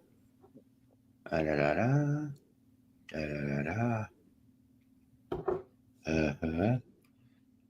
right, so fine. I don't have a true OG, but I do know that these are originals because the last pressing, to my knowledge, of this album was in the 80s, and it'd be a purple capital. They did not do a photo label, if I remember correctly, for the 80s one. So yes, so yeah. Before you bring on your next show and tell, I'm going to go get my copy of that album to show. Good, you do that, seriously. So yes, go ahead, Vixen. So the thing is that originally, of course, the 50th anniversary, COVID threw everything off in the release schedules. But last year, if I remember correctly, was supposed to be the 50th anniversary for this, which now we're kind of slightly hearing that maybe it was Sean Lennon and a certain person that will not be named probably is going to go, that's not entirely right. And you're probably right. It's not entirely right. But one of the whispers I heard was that Sean Lennon was a little apprehensive in putting out this due to the controversial woman is the nugget of the world. The whispers I've heard is that it's coming in September of next year. So well, I hope so, because it does need to be coming out. Mammarific apparatus assistance. I like that. That should be the name of a band. Hey, Paul. The band that we make. Does your copy have the gatefold? Yes. So it has. So here's my copy. Obviously, the 2010 CD. Oh, okay. Because CD is my preferred physical media to collect. Yes. But it's got. I didn't know it came out in 2010 though. Yes. Oh, I like that. Yeah, I don't know. If that's different than mine. No, yeah, that's different than mine for that kind of stuff. But short little summary of what I think about this album, and it's pretty much saying the same things I was kind of talking over Paul with. Sorry, by the way. It's all good. But on the one hand, the song New York City is fun. I like it. On the other hand, We're All Water, I can barely tolerate that. On the other hand, John Sinclair is fun. Fun and bouncy. On the other hand, the album opener is pretty controversial. So it's does it open with album. That song? And I'm not going to lie when I say that Mind Games is probably a little bit better than this. Admittedly, John is one of my solo weak points, so I honestly don't know what we're talking about. Who's your favorite? Neither of these two albums. Wait, who's your favorite? Ringo. So I bet you could talk for hours about Ringo 1973 with all. I sure could. I could talk about Paul too, but when it comes to John and George, I have a weak point. Well, I'm the guy to go to for the George knowledge, as he is my favorite, and John is the runner. See, I'm very slowly filling in the gaps on both of them, but it's slow. Let's put it this way, though, Paul. I'm surprised. Maybe it has by now, but I'm surprised that Gon Troppo hasn't showed up on a jukebox from hell yet. It did. It did. I mean, but that similarly to how I feel about 11. It was episode. Similarly to how I feel about 11. Summer in Paradise. I own a copy of Gon Troppo just specifically because There are songs on it like Dream Away, which are exceptions to what I think about the rest of the album. But any that album you is put very, out has to have at least that album one for the most part is exception very that's uninspiring and memorable. boring. It's very boring. Like That's kind of heard like George and George hit a big one with the self-titled album in 1979, and then followed it up with 2 downgrades.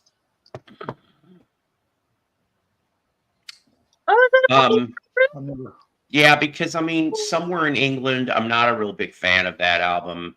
I mean, I remember I was 14, so I was very sentimental to find out, of course, about the whole story behind all those years ago, which actually, it was one of the strengths of the album, you know. Yes, and it was another. He's like he had part of the song before John died, and he reworked it into this. But the extra added touch of getting Paul and Ringo, and I think from what I'm told, it was separate individual sessions that were cobbled. So although in the video, supposedly Paul's in one of the costumes that has the full mask on. Oh yeah? Yes. What? What? And you're the one that would. All right, yeah, ladies and gentlemen, my okay, fine. Anyways, I'm not painting no more. All right, but yeah, I mean, so what was seeing the video back when I was like almost 14, and I was very emotional, of course, because well, like who wasn't when John got killed, and I was just like, I still remember I bawled like a baby, and of course, looking back on it now, here I am, this 13-year-old kid, and I'm like, he didn't know my fucking existence. Why am I feeling this way? And I said, because he touched a chord in my soul, like all the others did. He died before I was even born, and I still bawl like a baby watching the documentaries about him. I'm not gonna lie. I wish I really would have known about the address to the Dakota, because I would have been one of those weird. To find that out, I would have been almost 9. So could you imagine maybe once every few months I write a short letter going, I hope everything's okay with everyone. How are you and Yoko and Sean? And see, because it was Sean, you probably would have stood a good chance at him writing back. I wrote to Ringo every single day for a year when I was 12, and I never got one response. Because I believe that Simpsons episode where he has a room full of fan mail, and if it takes me another 30 years, I'll write back to every single one of these. And I thought, cool, I'll write to him. I'll keep writing to him until I get a response. And then eventually gave up after a year, was like, okay.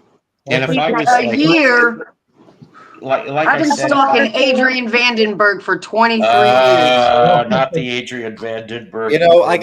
I gotta give some I gotta give some credit where it's due. Ringo of the 4 is my least favorite. That's nothing to be offended at, but somebody has to come in last place. See, this is how it is with me with George. I have nothing against him, but someone has to come in last place. But Jen, that being said, credit where it's due. 6 O'Clock is a prime example of a fantastic Ringo song with Paul and Linda also. Because Paul wrote it. Yes, he did write that, but that's an example of what I mean is that's an example of a great collaboration. Yeah, exactly. And for you collectors of 8 tracks, find the 8-track to that Ringo album, and you will have an extra. Oh yeah, like there's an extended version for like almost 2 minutes longer on the 8-track. Dude, there's a CD that has the extended version on it. You don't have to get an 8-track for it. I was just getting ready to say that, but thank you for saying that. You know what else? You can also stream that version. Yes, you can. For those who physical media is not really their thing. The password is loving cacophony. So. The thing is, you're right. All of the Christ. Anyways, so where the hell were we going on this? Oh yes. So if I was at least a teenager, okay, and he lived like let's say a block or 2 away from me, John did, and I know that he used to go hit him sometimes by himself, or him and Yoko and Sean with the baby stroller would go to the coffee shop that was like 2 or 3 doors down from where. I would have loved to have just like taken a table, like 1 or 2 tables away, and I would find out if they happened to be there, and like I would just be sitting there drinking or reading a book, and then maybe occasionally I'd be like, and just doing that, and slightly over like weeks or a couple months go as I'm like, and I'd be like, take care of their coffee bill. It's on me.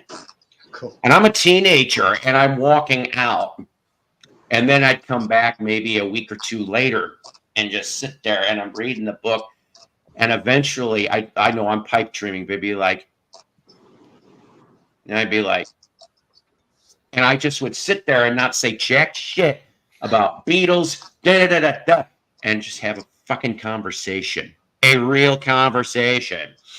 And maybe throw a singer like, you shouldn't be smoking those Gitanos. I had an uncle that died from those once. Well, don't ever offer to pay for Chris Christopherson's cocaine while he's in town. Uh-oh. Oh. Is there a story? But it's not for this show. No. Maybe that happened on a Saturday night. Maybe when we go behind the curtains. Bullshit! It was a Thursday. Oh, because I was gonna say it'd bring a new meaning to the word Sunday morning coming down. It lasted till Sunday. Oh shit! Another thing I wanted to add about John and Ringo, while we're on the subject matter of kind of talking about both, is that apparently John wrote. Nobody told me with the intention of giving it to Ringo. Could you imagine? Could you imagine Ringo recording that and putting it on Smell the Roses? I remember the song. Yeah, it would have been a better album. Quite well with it, I think. Well, okay, we got to talk about that album since Paul opened the elephant in the room with that one. Private Property, which was a collaboration with Paul. Probably one of the better songs on the album. Not gonna lie. And of course, Rack My Brain, which is a collaboration with George, to the point that George is actually playing guitar on it, because it's. I knew it sounded like George. I was right. And strange video, but love the song. Aside from those two songs, there's not much else going for that album. I'm not. No shit. Although, in its defense, that version of Back Off Boogaloo on there is pretty badass. I forgot he redid that. Yeah. I'm telling you, they medley in the middle of your it. Curiosity, Jen. That is very clearly like you don't even have to look it up and read to prove yourself right that is George Harrison's guitar playing on Rack My Brain. You just know when you hear it. Well, it could not be anybody else. Anybody else's guitar playing it. It just could not be anybody else. It's the feel. They should have stuck on the unreleased "Can't Fight Lightning" though. I dig that track. I don't know what it is about that song. Why do you dig a song where Ringo is just repeatedly over and over saying? Because it's him and Paul with Barbara Bach and Linda singing backgrounds. I just think it's an amusing song, and it's a piece of sheet metal for the lighting. I just like to. It's a piece of sheet, all right. I should have not to be brought to you by the sheet metal. I didn't know Barbara Bach ever sang backing vocals on. Yeah, they're both singing back there. They're just the lightning. That's the only thing that they're singing together. I like the it's amusing. I know it's kind of like you know my name. Look up the number without the charm. But you know what was better was the Ruddles version of "You Clog the Drain, Look Up the Plumber." Yes. Oh God, I forgot about that one. But especially I came up with that. I don't even know I think I came up with that. I could be wrong. Well, I think somebody actually has done it then, and you just fooled me into thinking it was the Ruddles when it wasn't. I could be wrong. Maybe it is Ruddles because I'm like, wait, I haven't heard this. If anyone's fans of that Beatles song, you especially have to at least listen to the full version that can be found on Anthology 3. Yes. That extended version is that's the way to go. That edit that they ended up putting out as the single, it feels lacking when I listen to that version. I mean, I still prefer the Anthology version of Rocky Return too. It feels like you're lacking the psychedelic experience with it being edited down. And Brian Jones on sax. The late Brian Jones by then. It shows up on sax. Mm. How wasn't he? I just love sax. Or me too, but it's been a long time. Anyway, so I could be wrong, but wasn't Brian Jones assassinated in 1964? No. 1969, he was murdered, but they started that song in 1967. Actually, it was a I don't want to say a Sgt. Pepper outtake, but it was between Sgt. Pepper and I would say it fits more in line with an outtake from Magical Mystery Tour. I think so. Yeah. It doesn't really sound much like something that, because Pepper is more like very sophisticatedly produced, and Magical Mystery Tour is more like hippie psychedelic, like unhinged bullshit in a good way. Could you imagine, like, if they had on the Magical Mystery album that it would have been "You Know My Name" the longer version, then followed by Bonzo Dog Band "Death Cab for Cutie," because it would have made sense then. I would have been just like, along with here we go, the Beatles' Magical Mystery Tour, with the exception of one song performed by the Bonzo Doodah Band. Well, there was another band that actually cut there was some footage that was taken out that if you go and get I'm going to assume it's a bootleg copy of this, but there was a Magical Mystery with the extra outtakes, and the only outtake I've seen is the lunch scene. So I'm like, wait, what is this? Paper Sun from Traffic was supposed to be in that movie. Please do not remind me of that scene. That in my opinion has always been the most terrifying scene in the film, when they are eating the spaghetti dinner. Yeah, I agree. Spaghetti. My first copy of Magical Mystery Tour was like a copy of a copy of a copy from Blockbuster, so it was so just faded out and worn. I couldn't tell it was spaghetti for years. I thought he was shoveling vomit onto the table. Oh, gross! And to this day, my brain can't unthink it. Is that even though I know better now, and I just cringe instinctively, like that scene has always bothered me when watching that film. Not just even the first time I saw it. That was the worst viewing experience of any of the times I've seen it. But every time since then, when it comes to that scene, it's just I don't know. Maybe it's the music that's playing in the background that gets me. It's just that da da da. Like, yeah, I mean, I don't blame it. That scene in the particular scene in the film is a little unsettling. It's supposed to be a nightmare. But by the same token, it pays off when one later in the film. You can tell that they are all drunk off their asses, especially Ringo, with the faces he's making while they're driving to the strip club. And basically passes out in the seat. And there is, because I have seen it, I have looked it up on the internet, and I have found it. There is a full uncensored version of. I have seen that. I have seen that. A fully uncensored version. Yep, I've seen the uncensored version of the stripper scene from Magical Mystery Tour. Oh. It's on the Internet Movie or just Internet Archive. Interesting. Actually, I saw it on YouTube. Oh. The fact that something like that didn't pay that for nudity. The Sheena Nugget. See, I'm just going to use this as a running gag. The Sheena Nugget here, because woman is the nugget of the world, is Shannon, my friend here in town. Friends, that's pushing it. You're welcome. I call you on shenanigans. I'm officially charging you with a shenanigan. And if it wasn't you that pulled that shenanigan, we're about to have some shenanigans.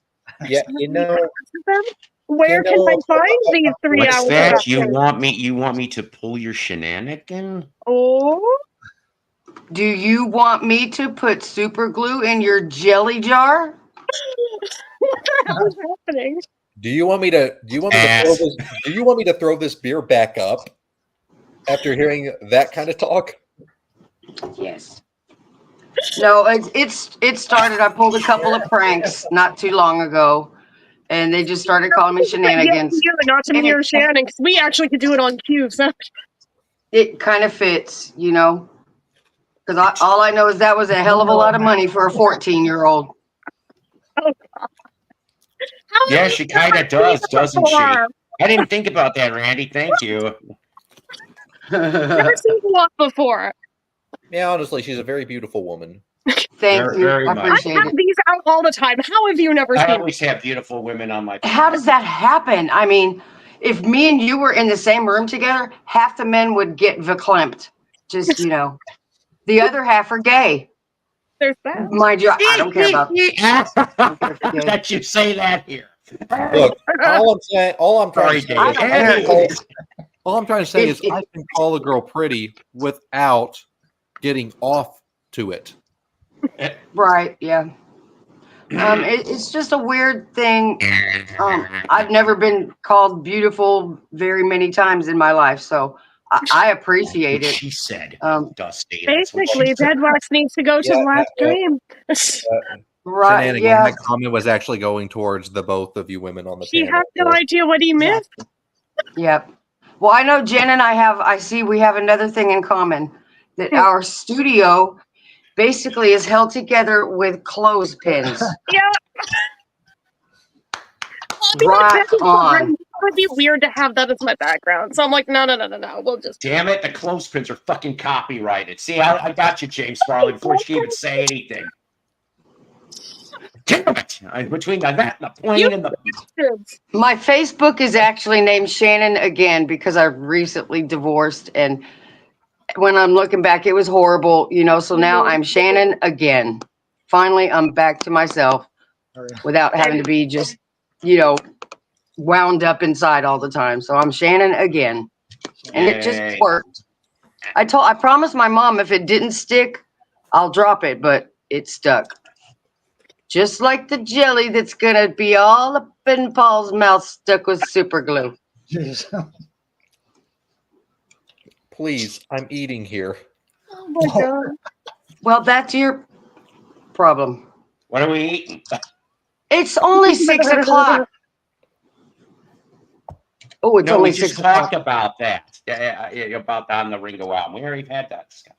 Yeah. That's usually when I eat is at 6 o'clock. As a matter of fact, I ate before that. So what are we having today? Hey, Mason, nice to meet you, Mason. I've never been on screen with him before.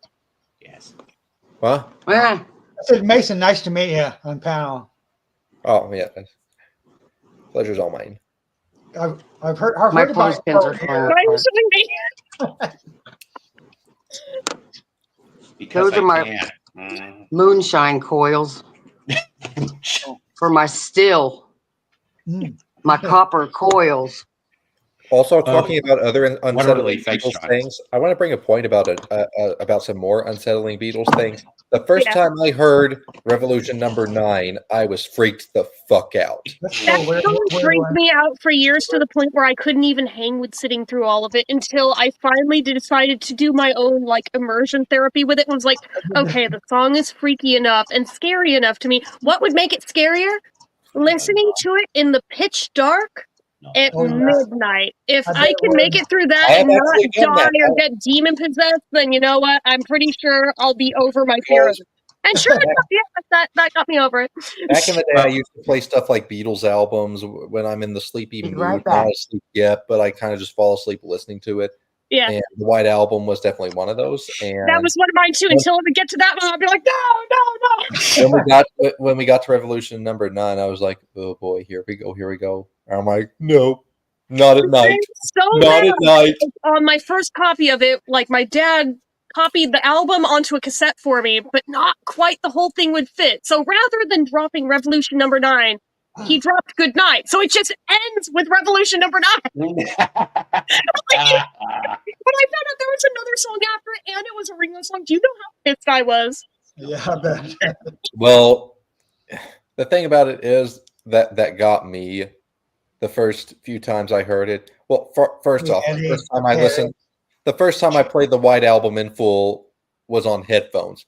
That's my first fuck up mistake because listening to all that weird noise going on, and it's moving from left to right, and I'm like, and getting louder and quieter and stuff. And you're talking about Yoko singing Bungalow Bill? If you want to be truly freaked the fuck out the first time you hear that track in your life, do it on headphones. While on acid. Will freak out. I bet. Or even just sound. It will freak you out. I'll admit my first Beatle album with headphones was Sgt. Pepper, a mono copy, like Lennon said. And it was really good. And then, yes, I did end up, I think, playing in the same year, the White Album, and it is kind of freaky when you're listening to it on headphones. So, are we talking about the hidden track at the end of A Day in the Life? No. Now, if I had a dog, I would have played that really loud just to see if my dog would have.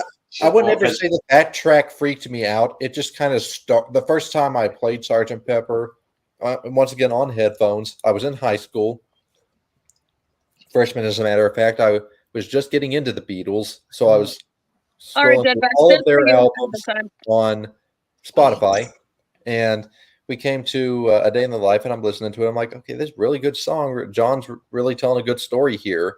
And then it cuts to the end of the track, and I'm like, well, guess the album's over. And then, whoa, where the fuck did this come from? Like, I wasn't scared in the same way that I was with Revolution Number 9, but it just kind of startled me, like I wasn't expecting that. Now, see, my copy of it that I had first was, again, cassette that my dad had recorded me. He left that off there, so I didn't know about that till I got the CD copy of it years and years later. And it scared the shit out of me, because I was like, what the hell? When I had my vinyl copy, yes, I used to click vinyl. I wish there were double Ds. But when I had my vinyl copy of Pepper, it was fun. This was funny, because when I had my vinyl copy of Pepper, it was the was it the 2017 one? I don't remember if it was the 2017 or if I actually found a copy of the 2012 press. But edibles I was already expecting together. Oh, that was a mistake. The first time I played it, I was already expecting, the hidden track, reverb track at the end of A Day in the Life to be there. And I was like, okay, get ready to hear it. So A Day in the Life rolls through, and I'm waiting, and the hidden track comes on. Yeah. But like within the first two or 3 seconds, it cuts out. And that's because my needle reached the end of the record. Oh, okay. It couldn't even fit the full fucking hidden track on an official pressing on vinyl.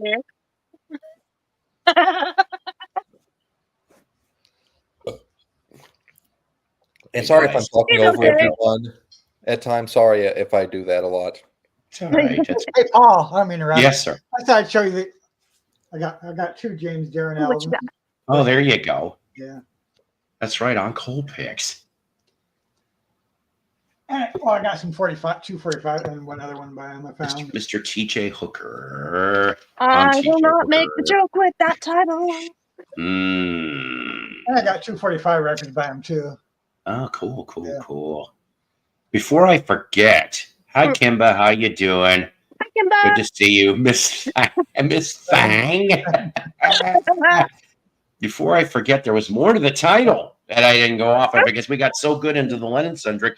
So I can't remember. I think it was Wyoming that did say, yes, fine, you bastard. It was this from April 1982. I knew there was a title. I don't have and I knew there was a title. Anyway, so that's the front. Here's the back. He's just mad that we're good at guessing. Yes, I am. So the thing is, of course it'll be on Crystalist. I don't know why back in 82 that I never bought this album because I did like Tull. I liked some of 70s Tull, but maybe let's see, what was it? I think I did a Jukebox from Hell on the A album. Yeah. Which I mean, in that defense, it was supposed to be an Ian solo album, but it ended up that the record company's like, well, this one here, I heard little bits and pieces of this album, but I never had a copy of this thing. I don't know why. It took me 40-something years to get it. But as I wrote in my notes, April 82, 14th album for Tull, 19 in the US, 27 in the UK. Paul Samuel Smith, former Yardbird and Cat Stevens producer, produced this. And I guess there was some comments about his production, blah, blah, blah. Oh, you used to have that, huh, John? And then lastly, it's really cool when you're a record collector and you come across things that you just didn't even completely know about in the wild, and you're just like, hell yeah. So let me explain about what I'm saying here on this last one here. Last episode we talked about how I met Chris from Eureka Springs with the record store at the antique mall I go to, where this guy tries to put new stuff out in the booths. Well, in this last time or two, he's putting some more European pressings out. For example, the Ian Hunter I showed you guys in the last episode. Well, I will always, when I come across a band from the 60s, 70s, 80s, hell, even 90s, and I never heard of them, and I'll be like, I wonder if I know anybody in this damn thing. Well, this was a total surprise to me, a fan of a certain 70s prog rock band for the last couple of years. Well, one of its main members is in this band. Now, if you guys know who this is from 1978 on Atlantic Records, Defroster from the band Snowball. That's right. And I'm like, never heard of this damn band before. They made 3 albums, but this is German.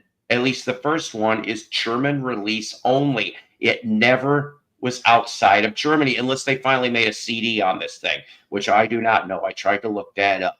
So, this is Atlantic Records, 1978, and then I just happened to look at the back. And name is Snowball. The band's name is Snowball. I'm going to look it up and see, it may be even though it may not. Do they have an album called In Hell? Because it should have. On the one hand, it might not have a CD release, but it could still have a streaming release, and I'm going to check on that. That's true. So it is basically, if you're a fan of German rock, there's 3 members of the mid-70s German band Kurt Kress Clan. And before you say anything, it's CCC. All right, YouTube, it's CCC. Anyways, along with Roy Albington from Nectar. Yes, I did not know that. And he was one of the main members. He was a guitarist. He wrote a lot of the material for Nectar, the best 70s prog rock band, one of them out there. And that's why you've got the poster behind you. And that's why I got the poster behind me. And, rest in peace, though. He's been dead since 2016. But the thing is that after the Great Recycled album, okay, he leaves in 76. Nectar ends up releasing Magic as a Child, which we've shown that before. That had a young Brooke Shields on the cover for that one. But after that happens, Snowball comes out with Roy. They had a fan base in Germany, like throughout the whole 70s. That's where they started, was actually in Germany, even though they were all Englishmen.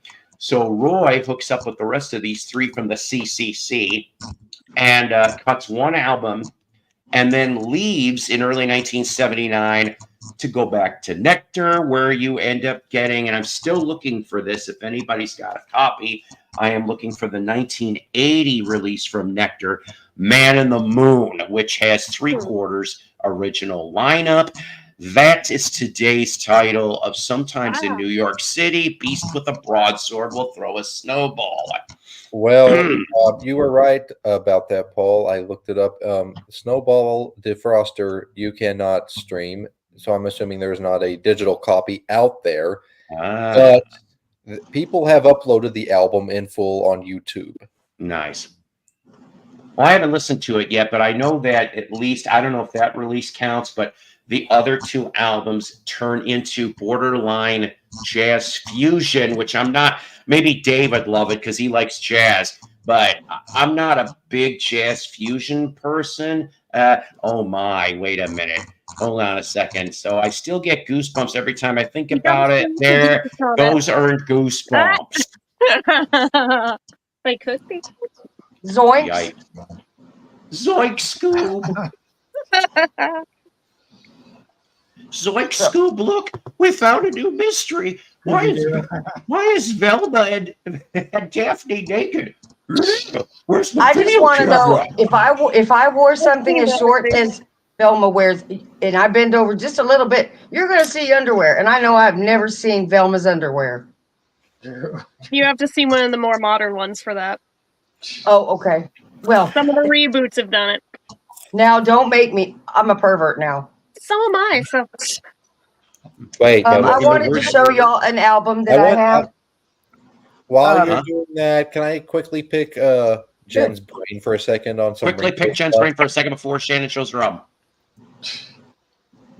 I would like your short opinion on Old Wave. On what? Oh, Ringo's album Old Wave. Yeah, I could forget that album ever happened. That album is basically in my car and then bullshit in not a good way. Watch my Jukebox from Hell episode of Old Wave. Okay. There is one. I haven't done one on that one, but I do have to watch way that. back in the the best thing catalog. going for that album is In My Car. Come on, that's the best thing going for that album. It's Because it's in your car. And the rest of the album sucks. It does, and it hurts me because I wanted to like it because I liked the cover. Yes. But Well, it wasn't just the cover; it was the people he had on it. You would have thought. Well, on the McCartney side of things, I wanted to like Egypt Station. I love Egypt Station personally. I wanted to like it, but songs like "For You" prevented that from happening. I was the second person on YouTube to have a cover of that song up, and I'm still proud of it. Within hours of them dropping the single. I'm still proud, but then I was able to follow up with a tutorial on top of that. I was like, I win at life today. Maxia probably saw your video and goes, "Fuck, I should have done it like that." Thanks a bunch, there, Beat Babe. All right. He remembers I'm responsible for that bad fanfic, and then he's like, "Wait, no, for her." So. Let's see the album there, ma'am. It's, I don't have nothing like super important, and I barely know crap about, full of useless information, but none of it applies here. I just have really, really super old albums. So if anybody, and I'm just going to pass them by real quickly.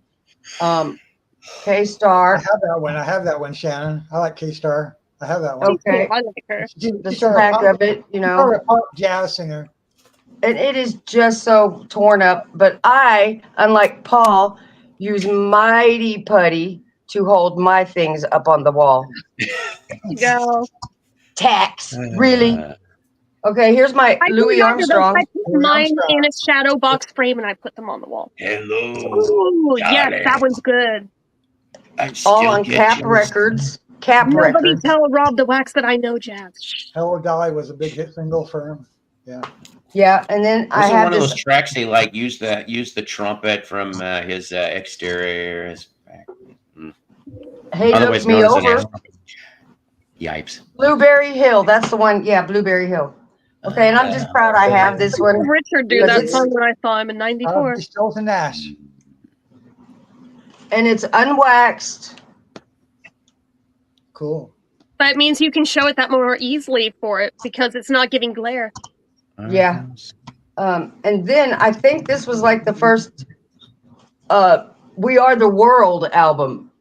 Up with people. I'm sorry, but oh my God, look at him. Ladies and gentlemen, yes, ladies and gentlemen, that was your musical guest for the Super Bowl for many, many years. There was no fights. It was Up with People. No, there was nothing else. So I kind of like that one. This one is the one that broke my record player. I may have to look for that. Oh, the Doors. That's a good one. Oh, hell yeah. Now we're talking. Yeah, they're all, they were bought during those years. Hey, hold on a second. Is that mono or stereo? A CD copy of that, but that's too many steps back to the other. The mono version would be worth more of that album. Okay, Paul, I'm just warning you that this will freak. I know how you dislike certain things. So I'm gonna show the back first because the front will drive you nuts. So it's another. Oh, what the hell! Oh, come on! Who the fuck was that a mono or a stereo? My late great grandma. Duh. I said, is that a your late great grandma was into the Doors? Mine was. Break on through to the Otter Slide. especially after a couple of the Doors are not a bad band. They're a very good band, but like, I don't expect people in the '60s to like when they're hearing that album, and then their great grandmother come in and be like, "Oh yeah, that's some good stuff." My grandmother was 93. She was 93, and she passed away in April. And my condolences. Really cool. She did good by us. Shannon, the dogs got health care. Whoa! But you know, I used to have most of the Doors albums on vinyl. Vintage vinyl too. I had let's see, I had Strange Days, I had Waiting for the Sun, and I had LA Woman. So I was really missing out of that collection. I was really just missing the first album and whatever the title of that album that came out in 1969, the one that had Touch Me on it. I don't know. I was just being born. Those are really the only three that I missed. Was Stronger Than Dirt. Anyways, yeah. but Shannon, that Waiting for the Sun. Is that mono or stereo, Shannon?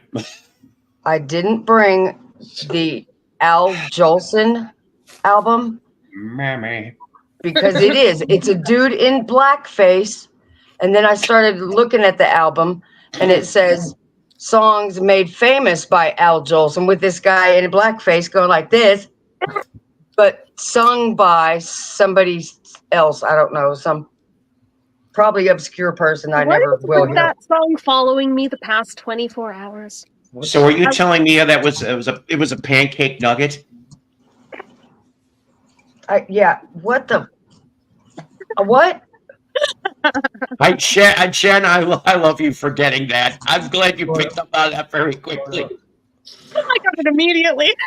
Wait, I was crunching on chips. I didn't hear what happened. Don't worry about it. Anyways, I'm reading a book by Judy Huddleston right now. Who Judy was with Jim.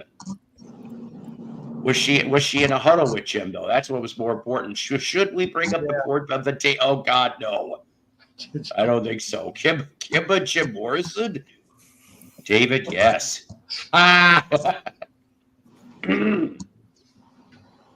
But pancake. because the subject matter of the Doors was brought up, I'll go ahead and touch upon this.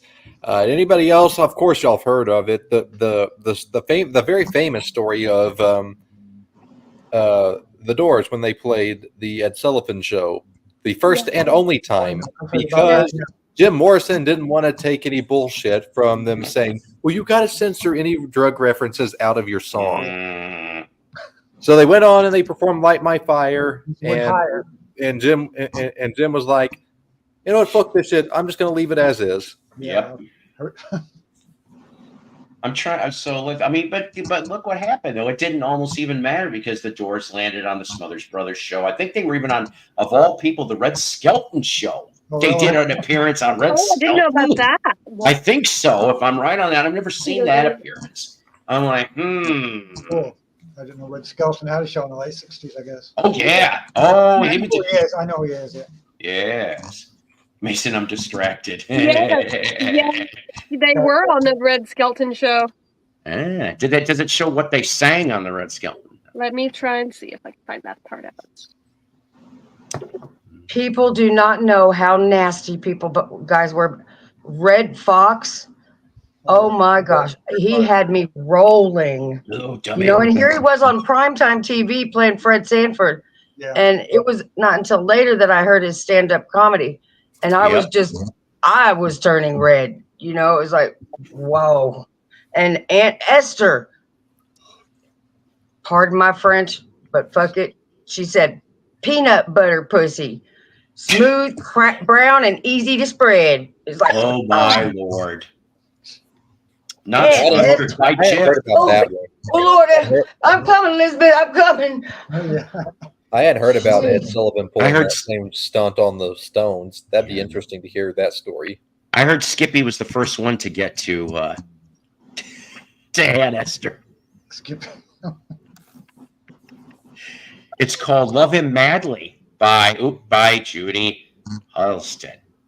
See, I have an idea. How about a show of hands or whatever? I posed to Paul that I would just kind of moderate, but we would just ask him questions and questions and questions. And he only gets a chance to deny answering 3 of them. The rest of it, he just got to parody. Sorry, I'm writing homework. Scooby-Doo porn parody. I'm sorry. Sounds like a good idea. I approve of this idea. Because we can never get to the makeout point because he just will not stop flapping his lips. Woman, that's what I do best. At least that's what they've all told me. Sneaky lips. They are. I'm trying to find the soundtrack to Lil Pimp, the cartoon. Oh my God. Okay, so for listen, my mom. Okay, but for hold my on mom. a minute.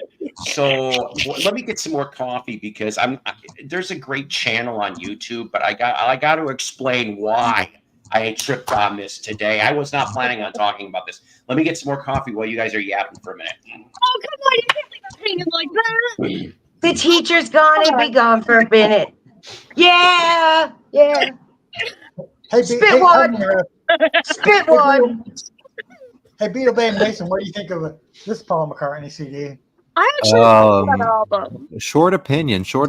That album I haven't played. I don't know nothing about the Beatles. The only thing I remember of. He tried to do a jazzish kind of album, but I feel like if he had done it at least 10 years earlier, preferably more like 20, it would have gone so much better. But his voice was already so shot by the time that he did it that I was like, I see the vision, and this could have been really, really good. Diana Krall. But you waited too long to do it. Diana Krall does a piano. Yeah. But like stylistically, I'm like, on paper, this should be everything I love all wrapped up in one.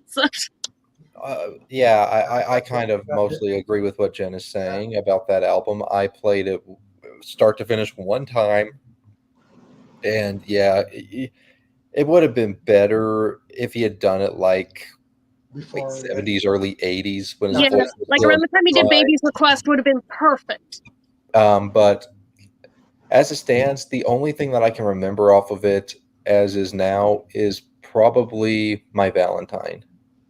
Yeah, that's probably the only thing that I will. That's so overplayed to death. Well, it's the only thing I actually go out of my way to go back to that album to play when I'm in the mood to hear something off of that album. Okay. Occasionally, Bye Bye Blackbird, but I prefer Ringo's version. Yeah, he did it much better. But one of my other fandoms did it better than either of them. So hit the Billboard Jazz album chart, so that's one of the reasons I like Gold Standard. I'm like, that album is Liza's version of Bye Bye. That album, I guess, is supposed to be the response to, I guess, some people asking him, hey, you have all of these, what they call granny songs that he's been doing since yesterday. And why don't you make a whole album full of them? Right. And he did. But again, I feel like had he done it earlier, it would have been better. What the hell is this? It's a celebration. It's the celebration of the lizard. Oh, okay. Okay, but hold on a minute. Is that album mono or stereo? Inquiring. It's neither. It's quad. Ooh. You son of a bitch. Yeah, we're talking. Let's look at the label. Put the label up to the camera. With the label stereo. Oh, shit. Oh, well. Never mind. You answered the question. Although, for all you Doors fans out there, unfortunately, the mono copy, which for whatever reason commands more money, it's really a fold down.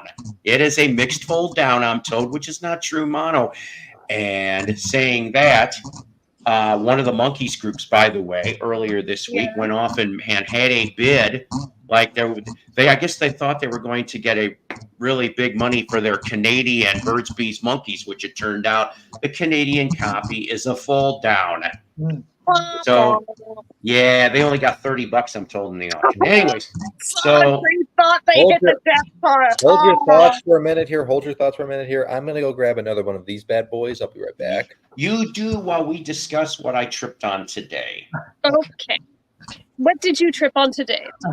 This is YouTube. This is on YouTube. Sorry, I like puns. I like throwing puns. I like throwing puns out there. All right, punter. Are you gonna get your silver bullet light? Well, I know I said I was going to go and get another one of these, but I have something better in mind, actually. What do you got? What do you got in the bar today? It shall be a mystery. I will return in. Ooh, yes, you do that mystery. That's how come I'm missing most of 1987 mystery drinks. Zoinks! Those are some bad roofies. Yeah.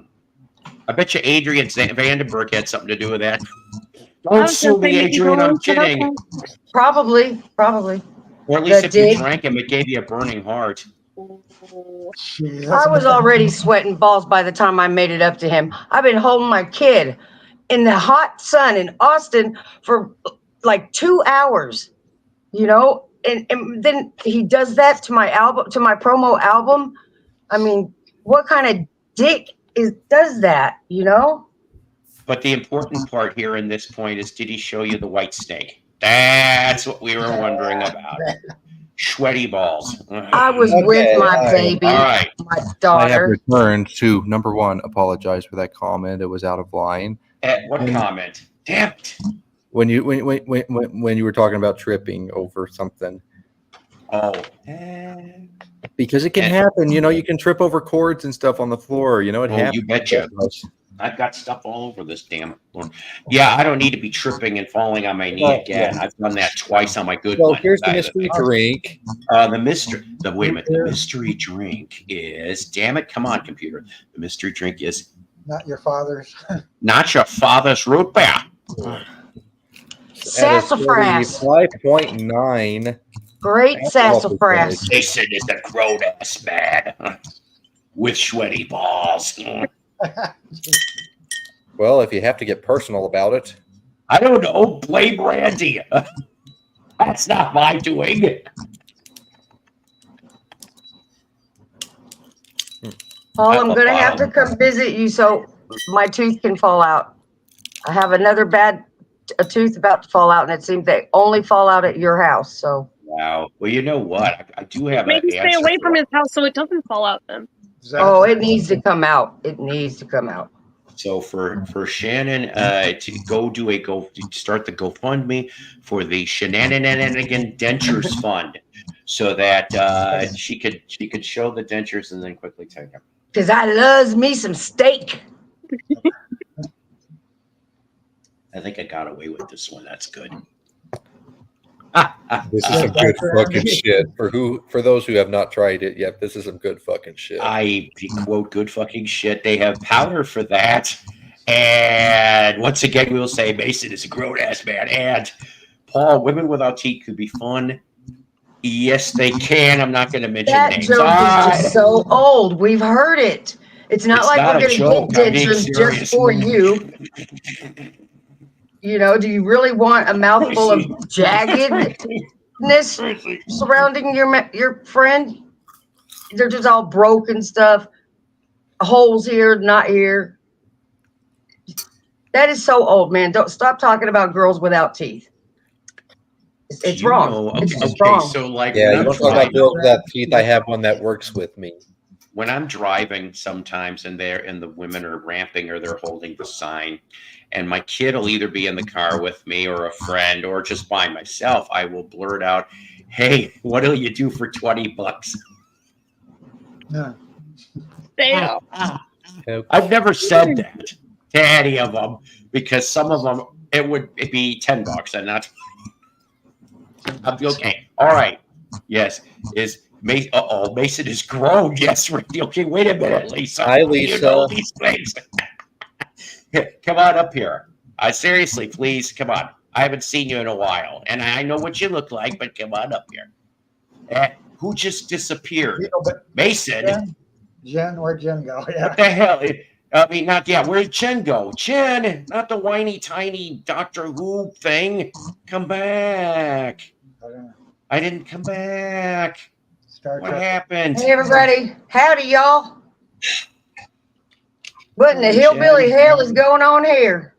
It's like the kid was oh, hey. Well, it's not Jen, but how about this? Fact. Hey. Jen. Hey, Fonz. Hello. Jen, where are you? Get back What's up, Shannon, sweet? Davey. Oh, yeah. What's up, my brother? I was painting my deck earlier. doing some repairs on my deck. Right. Oh yeah. They witnessed it. They witnessed it. I was real about Brian, it. thank you for the kind words on the new Jukebox from Hell episode. Men at Work 2. Brian, what's maybe up, Brian? David is oh yeah, maybe David's calling. Hey, it's me, right? You're right. Could have all. Chad, I can picture you literally. You're like, I can picture you not needing nobody for nothing. Like, I can picture you could fix anything. You could, like literally, you're like a female MacGyver. Like anything you got a way to get out of it and everything. Hockey tickets and a paperclip. That's all it is, kids. Yeah, that's kind of the way. Either that, or I'm gonna fuck something up until I can't put it back together again. That's the spirit. That's more like my side of things. I fuck things up a lot. Yeah. Yes, that's spirit on all that. Sorry I'm late, too. I just woke up, honestly, and I looked over and I saw that you texted me. I'm like, oh, shit, let me just brush my hair real quick. And there you go. Honestly, I fell asleep right after Rachel's show. I mean, like, I was so tired. I passed right out and, like, slept, I don't know, 7 hours. Of that. And I appreciate you trying to say what you said, and unfortunately, oh yeah, I didn't think that was going to get that kind of reaction. I mean, literally, I just thought get that reaction either. Because you know the way it was with Julian, and I just said that I thought that Thor would be a great mentor, and they took it to a really dark place. It's like they did. Like, we're not talking about a stranger. We all know who Thor is. And I just said, like, stranger danger. No, it was not. Right. I just said maybe, like, he could go talk to him. It's like, what's the big deal? I don't even know if Thor would have been offended by it. Just the chat was getting offended by it. I think Thor is a very cool dude. I don't care what anybody thinks about it. I love his metal minutes. When he does have the metal minutes, when I can see him. Yeah, Thor's a nice guy. Yeah. And I'm not lying when I say that Julian reminds us of Thor, the way he talks, the way he holds up his records. I'm like, holy shit, Thor would probably get a kick out of seeing a kid. Maybe, but he is good at his metal. Oh, he is. But now imagine if one of his students, his own students, said, hey, I like heavy metal. You don't think Thor would be like, oh, let me tell you the good bands to listen to, right? Yeah, I get what you're trying to say, Mel. Yeah, I get what you're trying to say this morning. I watched that. Okay. I'm sorry. Keep going and talking for a second. I got to make a message. What happened to Beetle Babe? She had to go? That's part of what I'm, that's, oh no. No, not about Beetle Babe, somebody else. Oh, wow. I was like, what? Your friend of mine not feeling well right now. Yeah. Hey, Melody. He used to be going around too, What's my background, Melody? Oh, yeah. Look at that. That's awesome. I copied that from something. Yeah. No, use it. It's fine by me. Hang on a second there. Take a look at that. Look at that. Wow. I copied that from him. That actually, believe it, I'm not going to lie. That's an AI photo. I put myself in AI and see what it could spit out. Turn around, hey, who's that in the background? Who's that in the background, Shannon? Wait a minute. Get back here, please. Get back here. I got to go out to Arkansas, man. Shannon, you got to make me come out to Arkansas. Who is that one? She's just she's a friend who walks in and out and does whatever she wants. For a second, please. No, seriously. I need to meet. I need to meet some of your friends there. Shenanigan, kindly go see if she'll come in for a minute. There's a reason, and then she can do what she wants. Actually, wait a minute. That didn't sound right. She's my brother's. I don't care. That's fine. Just see if you can get her for a minute. I told her, turn around, show me a tramp stamp. Hell, your brother could even pop in and say hi for a second. Just get her in here. They're afraid of me. They're afraid I might put them to work. Yes, well, you don't hold them at gunpoint, do you? It's the money ranch. It's a question. You have a BB and just went with. I bet you got a gun now. Yes, haven't seen Thor in a minute either. Thor's Metal Minute is the best part of Rachel's show. You're right. Okay. Julian was a live stream today in German, and even though I didn't understand the language, he said hello to me. Well, that part's good. He seems to be a friendly man, young man. Yes. I just say, man, like, aren't we like of the kind like if you have somebody who's younger and then like you encourage them to do something like that you do yourself, You know what I mean? Like that's what I thought the whole point is. The newer generation, you're teaching them right. You know, and the kid knows his shit already. Like spit, don't swallow. Do you spit or swallow? I don't hawk. No, if I cough it up, it's getting spit out. It wasn't meant to be down there if I cough it up. What'd y'all think I was talking? Oh, yeah. We're talking about coffee, ladies and gentlemen. Always powered by each and every. Do you enjoy a good swallow though? No. Not. It depends on what color it is. If it's brown or green. Somebody's been promising me for years. Relatively clear. All right. If you like pina colada. Either way, I'm going to take some Mucinex. I'm taking some Mucinex. That's all I know. Mucinex and NyQuil, not a problem.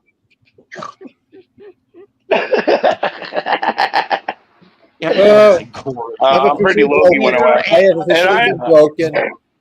haven't even wake and bake yet. Oh my God. Shenanigans with Bobby Gas would be the hookup. I don't even want to visualize that. Well, you know, Bobby Gas, he'd be a good role. Bobby, if anybody knows where Bobby's at, tell him to get up here. Here, Bobby. Bobby's a good dude. He is a good dude. Yeah, Bobby. Oh God, hey guys, let's see. She's live on Messenger. Are you okay? Let's see what she tells me. I've got Jen here on Messenger. Are you okay? Did she just leave abruptly, or did she say goodbye? What happened? I know her internet was going kind of. It was abruptly then. For some reason, Lisa popped into the peanut gallery, and that was the moment that she just disappeared. I hope it wasn't because I mentioned her clothespin. No, it had nothing to do with that. What did I say? I don't want to get copyrighted for the clothespins. How many? We've got the clothespin people, the jet plane people are going to come after me. What was the other one? There's 3 of them. Whoever's been watching the show all day, yeah, you know what? They probably are sexting, Randy. I can see that. And we want full transparency transcripts. Oh boy. That will be on Jen's Patreon and OnlyFans will be the sexting transcripts. She's probably like, you asshole. Probably. I hope she's all right because it's delivered, but it's not been looked at. Like, shit, I said something wrong. Is he flying her out? I don't know. Ask him.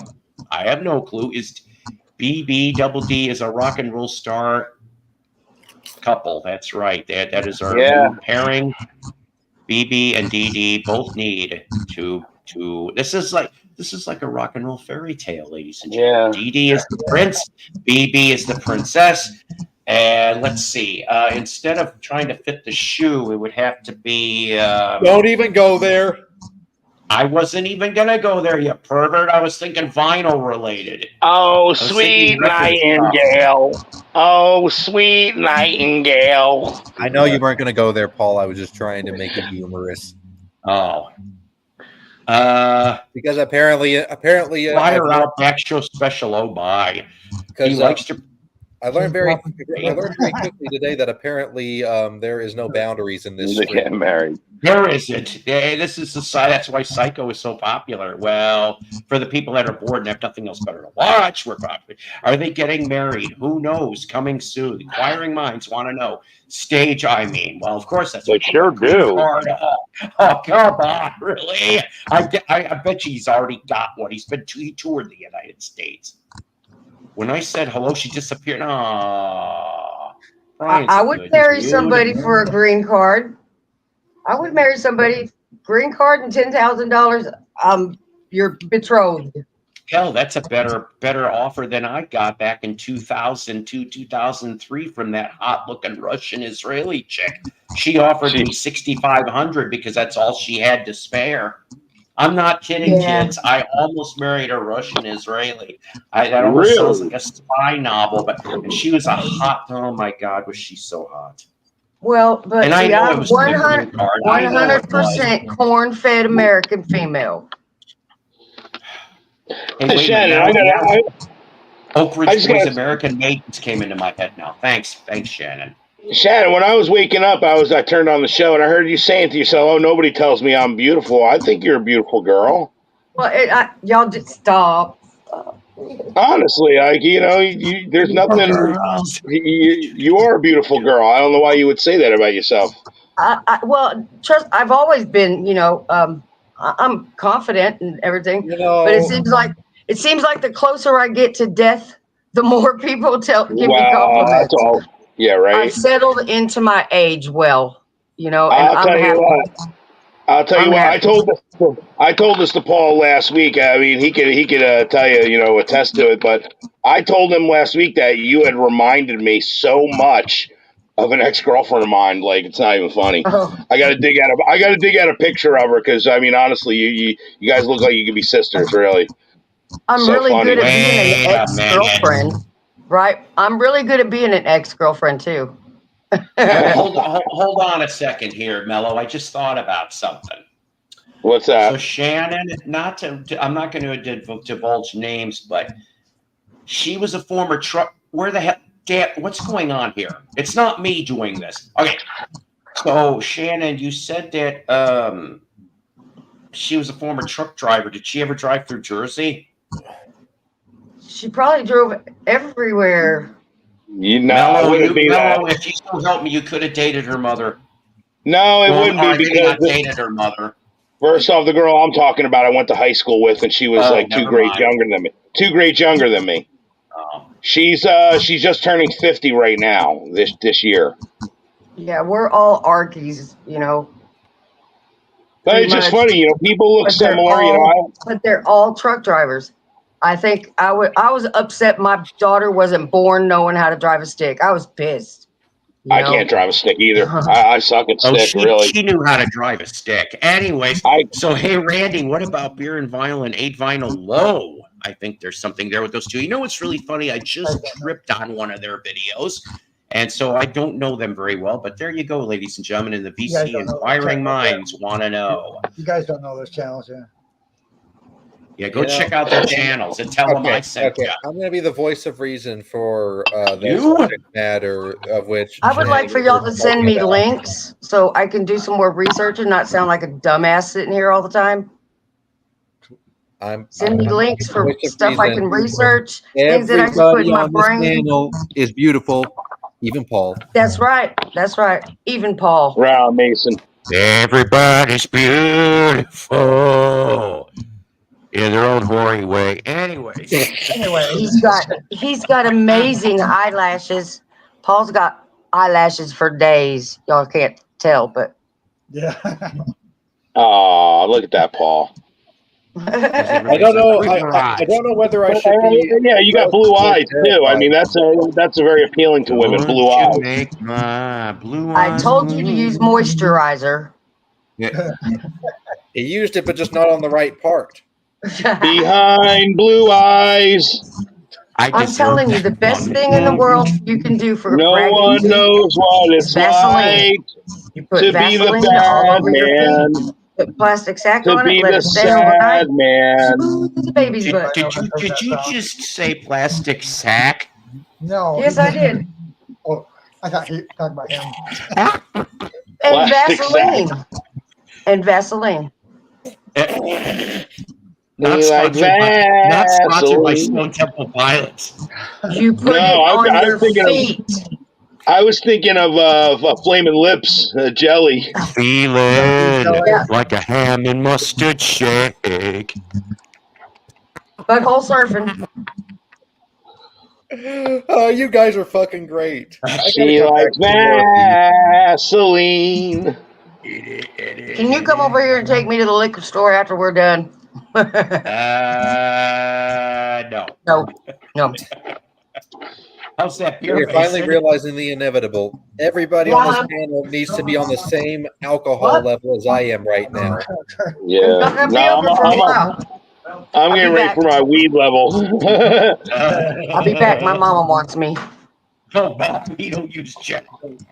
Oh, okay. Coming, Mama. God. Okay, wait a minute. Do I tell Thank the you, story? Bill. Oh, God. Thank you, Bill. Do I tell the story You know what? I'm glad I got telling the story. I'm going to tell the story. So this goes back to when my wife was alive, okay? And so we took over her dad, so my father-in-law at that time's home. And it was a big mess. We had to clean it up. It was ridiculous. Took about 2 weeks. I'm not kidding. He doesn't watch this thing, so I don't give a shit what he thinks. So he ends up taking over his late dad's house. So this is her grandpa, okay? And this guy was he was nice to me, but supposedly he was a jerk, okay? And, I don't know. I only ever met him 2 or 3 times.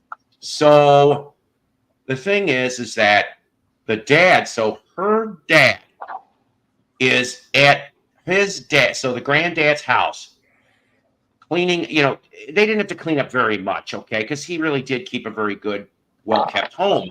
But what did he find? What did the dad find in the dad's house?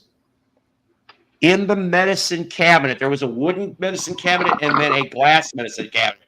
He opens up, and I saw it too because I heard him go, "Oh my God." And I'm like, what? And I open up the thing to discover not 1, not 2, but 6 containers of Vaseline. And I'm going, and I didn't say anything else. I'm like, "Hey, honey, come in here and see what your grandpa collected." She comes in there and I close the door. I go, "You ready?" And I opened it up, and she's like, "Holy shit." I close the door, and I go, "One more time." And I open it up. She's like, "Oh, God, no, I can't. There's not enough bleach." And I'm like, she was scarred. He didn't talk for the rest of the day. And I'm like, I never seen her so quiet till she died. That was not a pun. I'm like, serious. I don't want to see that, whatever that is. Is that herbs from your garden? I can't hear you anyway. You're muted. You could. Oh yeah, I didn't want anybody hearing me hacking. Okay, but thank you. It's oregano. You're getting. I'm not yelling. That's a fact. Thank you, Bill. Good old Irish lad. Thank you, Bill, for the support, brother. Mayday, mayday, mayday, melody. And that's a good one, bro. So, yeah, true story, not sponsored by Vaseline. Why? I mean, and I unfortunately know that he had relations. The woman was uglier than Yoko Ono. Okay? There's your. Yeah. But Yoko isn't ugly to me. I don't think Yoko's ugly. Okay, listen. All right. So what we've established is this man had poor tastes in what he got off to. Correct. Yeah. So here's the other thing, though. So this is also a fact. A fact. My wife had to go into when Grandpa was still alive. I can't remember. She had to drop off something from the dad. She went in there. Came out 2 minutes later into the car with the pissed look on her face. And I'm like, and I'm driving away, and I'm like, what's going on? And she's like, I can't fucking believe it. This is what she says. She goes, I can't believe it. I go, well, you explain what the hell you can't believe? She was like that. She's like, they're having a birthday party in there. I'm like, okay. And her birthday happened a few weeks before this incident. And I'm like, okay, so they're having a birthday party. So what? She goes, no, you don't understand. The birthday party was for the dog. Excuse me? There was. She goes, Paul, if I could have taken a quick photograph, I would have. Grandpa had on the birthday hat. His girlfriend had the birthday hat. The dog had on a birthday hat, and I caught them in the middle of singing happy birthday to the dog, Paul, with some type of pet-free cake. Paul, did he ever say happy birthday to me on my birthday a few weeks ago? No. Did I get a cake? And I turned and said, well, Jess, maybe you didn't want the pet-free cake. Shut up, Paul. She goes, No, they give the dog a birthday. They don't celebrate. She goes, there was her and 3 siblings, and none of them get birthday parties, but the fucking dog got a birthday party with cake and hats and a song, and I'm going, that's messed up. I don't care. You gotta be kidding me. You guys can love your pets all you want, but I draw the line on that stuff, okay? Yeah. Tools, Kimba. Tools. Wow, the colors. Isn't that Ozzy saying, I could see I can hear the colors flying high when he's singing, what's that lyric? Yeah. Flying high. Yeah. Those two albums were the best. I was thinking of ever did.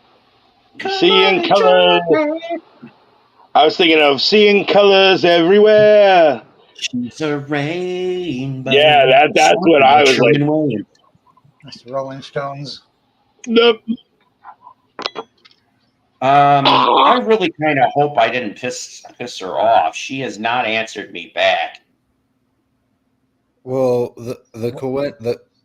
I just think that the way it happened was like the minute Lisa made that comment and you started asking her to come up is the minute that she dropped. Well, who knows? The very minutes. So I'm not saying that I'm trying to jump to conclusions. Well, Lisa disappeared really too, as you noticed after that. Not trying to start anything between you two, just stating facts. Fact. Wow. Wait, what'd you say, Paul? I didn't hear you.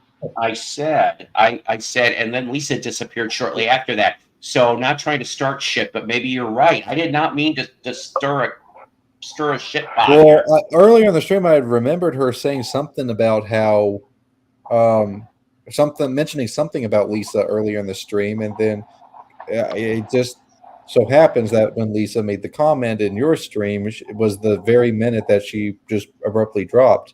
So, it might have just been her phone could have or whatever. I don't know. Was powering down. I'm apologizing anyway, just in case, because I've done so much wrong to women unintentionally, and not. I'm just like, it's easier to say I'm sorry, and if somebody goes off and says sorry about what. I'm not jumping to conclusions here, but that's kind of what it looked like, if I'm being honest. I don't know if those two have anything going on. Okay, well then it's not. Then it sounds like it's not them. Crumb cake, Randy. I want some crumb cake. Dusty, I wasn't trying to accuse anybody of anything. I don't think you were anyway. It was just it was just it was just strange how the very second her comment got brought up on screen was the very second that she dropped. You know? I think you just got to leave it at "We're so sorry, Beetle Babe Jen." Again, I'm not trying to. We're so sorry if we caused you any pain today. Good one, no. We're so sorry. And Dusty, I really wish that Lisa Groove, babe. Yes, I wish Kimba would come backstage. I would not put her on here because I would accept. I've always accepted her anonymity. Hang on a second. Anonymity. Ow, damn it. I think I've loosened the molar. Anonymity. And just so I could see what she looked like. And then I'd be like, ooh. I don't think Kimba's ever been on a live stream. Well, you know what? Even if it's a dude, I'll just go, ooh. I don't know. I'm being silly. Yeah. Anyways. What? I gotta say it like Stone Cold. What? Anyways. No, I'm just being silly. I think. I don't care if Kimba's a dude. It doesn't matter. We have lots of people that go under different things around here. I understand that. And Kimba's always been kind. Yeah. So I don't give a shit. So anyways, I am so sorry. Boy, did you bring a little film for us later? I have film. Yeah, Okay. actually, I got a film that I found. This one right here. Mm-hmm. I don't know if you can see it. It's Boca Raton, Florida, home movie from 1927. Which means we may have to watch. We may have to, but hang on a minute before you could get it set up. But I just want to mention. I got to set it up. Go ahead. So there is an interesting YouTube channel called Tome, Tome. Okay, the dude sounds like, and I don't actually mind this guy, but he almost sounds like my boss in a way, because my boss is from Kosovo, so I'm going to say it's that type of area's accent. Okay, but the guy is really good to stag film. Been so long since I've seen I do have stag films. I have them too. I don't have snuff films though, so don't ask. No, we will never ever. We don't like snuff films. I'm against those. Whether they're real or staged, I don't care. I don't ever want to. Yeah, I don't care. I'm not into that shit. So Tomei ended up talking about, and if Donna Joe Cat Lady is watching this, this is going to actually be kind of loosely tied into this bit that I'm going to tell you about, which is record collecting. So if any of you people, and I remember why this got started, because I think it was Shenanigan went off and brought up some cartoon. And so if anybody out there has seen the show Boondocks, which my son has told me about Boondocks, and I've seen Boondocks. Could I hear Mel Torme and Mel Tome? Yes, can I hear Mel Tome and his Velvet Fog? I know where you're getting at. Okay, well, fine. So Kimba's not a dude, but I just want to see what Kimba looks like for 2 seconds. Kimba, will you show yourself when it's my birthday on the 27th? That would be a nice birthday present for me. Anyways, so the thing is that there's an episode that I guess that after they showed it on the Boondocks, it was canceled, that episode, that has not been supposedly completely shown since, and it had to do with a country singer named Jimmy Rebel, who happened to be racist, which of course was loosely based on Johnny Rebel, who was a real singer, but Johnny Rebel was not his name. It was it was some strange name. The dude tried in the 50s. Johnny Yuma was a rebel. He wanders through the West. So yes, and so the Dixie record label from 1966 to 69 asked, I think his name was Clint. His first name was Clint. So I can't remember the other name. It's kind of long. It almost sounds like Clint with a glint in his eye. Yeah, it's not Shanahan, but it's close enough. So, or Tranahan or something. So the thing is, and he had a history. Before he did the Johnny Rebel stuff, like in the 50s, early 60s, he was the biggest label he ever was on was Todd Records, which I actually have a couple 45s because they were a very good rockabilly label. They really were. Hey, not to interrupt here, I'm just letting you know I got to drop because I got to go take care of some stuff. But understood. Thank you for staying on. If you're still on a little bit later, I'll stop back by. God bless Mason. Mason. All right. Thank you, Mason, for coming on everybody. Here. Mason, ladies and gentlemen, a old friend. So, but he mentions, though, about this Tomei guy. He does really good references and does his homework. And the reason why I watched this video so much was because, like I said, from 66 to 69, he put out these 45s that maybe sold a couple thousand copies a piece when he was doing his shows. And they all were, unfortunately, racist 45s. And in half of them, the word nugget was mentioned. Okay, I said nugget. So like one of the songs that was a hit was Nuggets Go North. And I am going, oh my, it just, so to go from being a very cool rockabilly dude in the 50s, early 60s to you flip and you do this Johnny Rebel thing. And then later on, Howard Stern manages to track him down and interviews him. And this man did not help himself one bit into trying to explain his stuff away. But, who are we talking about? The controversial singer Johnny Rebel from the mid-1960s who was on the Dixie label. Now, in Tawnytown, Arkansas, Donna, and Shannon knows Donna. So Donna and I stopped after going to the little Debbie outlet store. We came back and went through the antique malls. and there was this big pile of 45s, and I'm digging through. Now, I didn't know who this dude was at first, and I'm flipping through, and I'm come across their 50 cents a piece. I'm coming through, I'm like, what the hell? And I found one of his 45s, and there was no controversial on the title of it, but I'm going, who is? So she's looking up on Google, because we used to do that. She'd help, pull up Google to find out information if it was worth picking up to listen to, different 45s. Sometimes I would do it too, depending on if I could pick, I had good reception in the area. And she goes, "Oh God, Paul." She goes, and then I ended up getting it for her because she has in her house a history wall, good or bad. I know it's flammable. In American, you got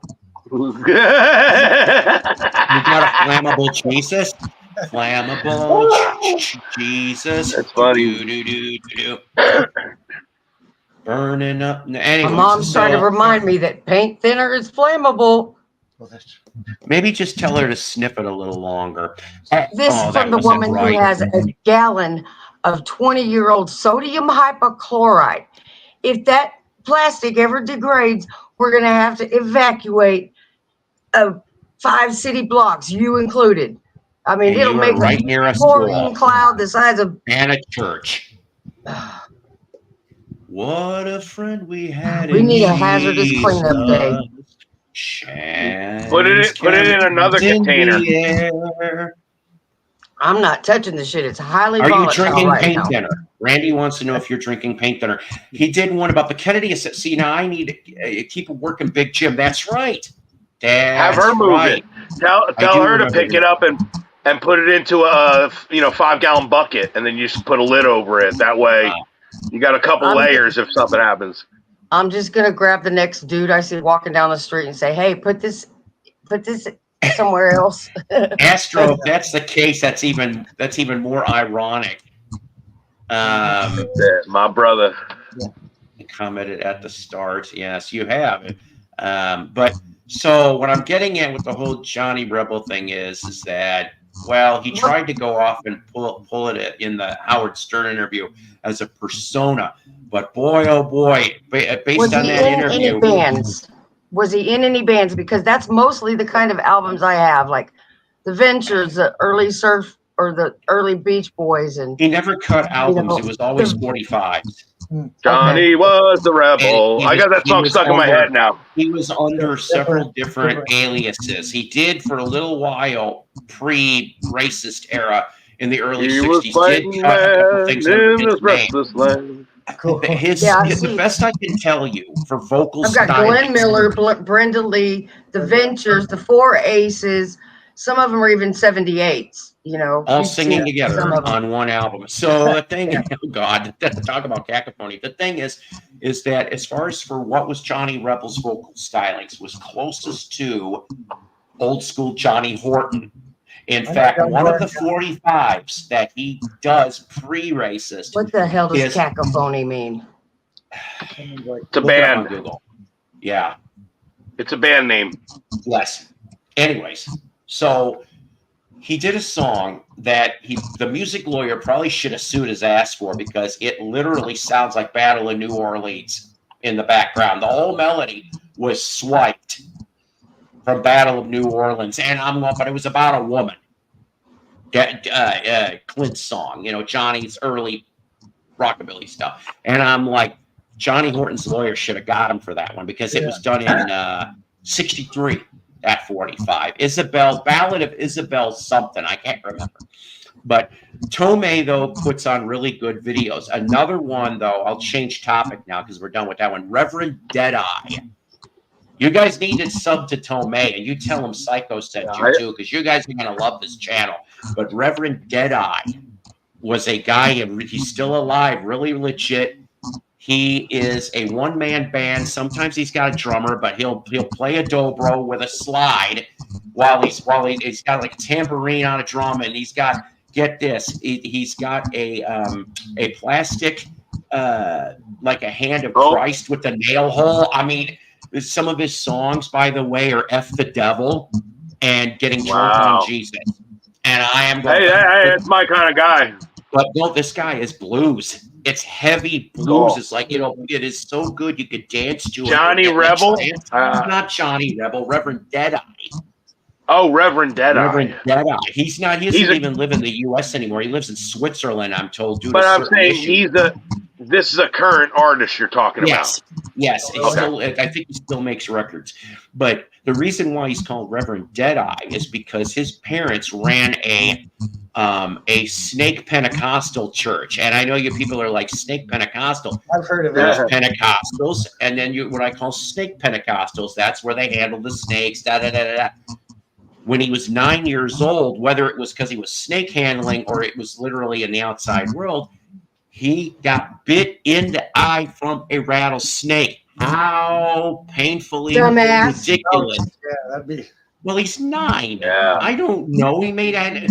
But so the thing is he lost his vision in his eye. So that's why he called himself Reverend Deadeye. And nice. The dude will drink whiskey. Like in one of the videos, he's drinking from a big, large-ass wild turkey bottle and while he's performing. And it's basically... Like I said, the two big ones everybody knows is because he goes, what do you want me to play? And there's several people yelling out, F the devil, which I'm like, that's a great tune. But also Drunk on Jesus was another one that he did. Reverend Deadeye. I don't know what the noise is. I have no clue. I'm hearing it myself a little bit. That guy who I've told you that I worked for. Jericho Jones, Black Magic is an excellent. Yes. So write that up, Mello, and everybody. Jericho Jones's Black Magic. It's a 45 that came out on Todd Records. Homework? Are you sitting me? You guys give me homework. I'm giving you guys homework. Listen to Jericho Jones's Black Magic. It is a killer piece of rockabilly. It really, really is. Thank you, Astro Zombie. Yeah, I never heard of Jericho Jones before. Oh, yeah, because he barely cut anything in under that moniker. But it is Johnny Rebel before he turned into Johnny Rebel. Johnny Rebel. Only damn pencil out here is a construction pencil. I've had a song stuck in my head, so I had to learn another one. Oh, so get this. I got nailed several times. That didn't sound right, but from the last video, would you believe they got me for Maybe I'm Amazed and Octopus Garden? Really? They left me alone on Head East. They left me alone on Head East with there never been any reason. They left like, okay, you can do that. Yeah, it's because you know what? Is that song isn't as mainstream as the others. You know what I mean? Like some of the lower songs don't get picked up as easy. But you got to realize it's AI that's doing that. AI is scanning all the videos. Hey, AI, you're an asshole. Just thought I'd tell you. Because Melody played him? Really? Yeah. Yep. And again, it really, honestly, it does not have that much of an impact in the sense of to me, it's just an acknowledgement. They're just saying that we've seen that this is what you did. You know, eventually it's going to be. Eventually, you could even just recite the lyrics, and they're going to say you referenced. You could even do literally. They're going to get to the point where you're talking about a conversation about something you heard on the news. They're going to say, "Oh, you got that off of ABC TV." Eventually, I wouldn't doubt if they try to tax us on that kind of stuff. You're talking about this. Yep, you're going to have to. It's coming, But right now, or I'll go somewhere else. Or what's the other one? Rumble. I'll go to Twitch or Rumble. I don't care. Right. Maybe we could all meet somewhere. Just and sin like that and repeat people's songs over and over to where the point we don't get caught. We don't want to get busted doing that one. Shit. YouTube police are picking edges. The YouTube police. See if you ever heard this song. See if you recognize the song. You ready? Here we go. All right, AI. Let's see if you're good.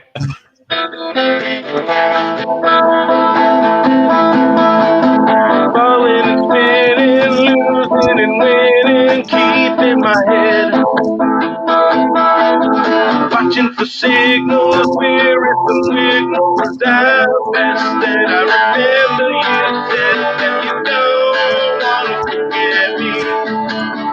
It doesn't matter which of our fantasies fail.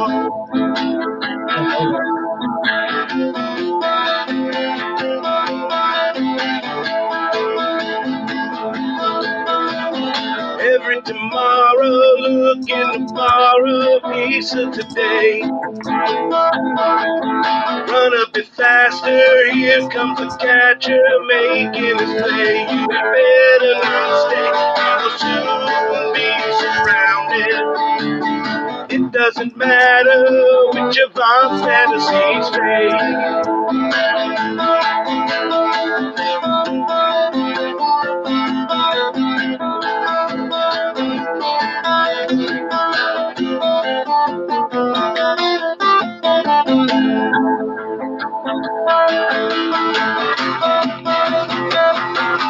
That's some technique.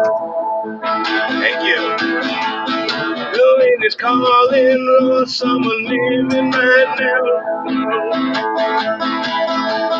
Something is shallow, ugly, and hollow doesn't even allow you to want to know how you might live for the living, give for the giving, moment by moment, one day at a time.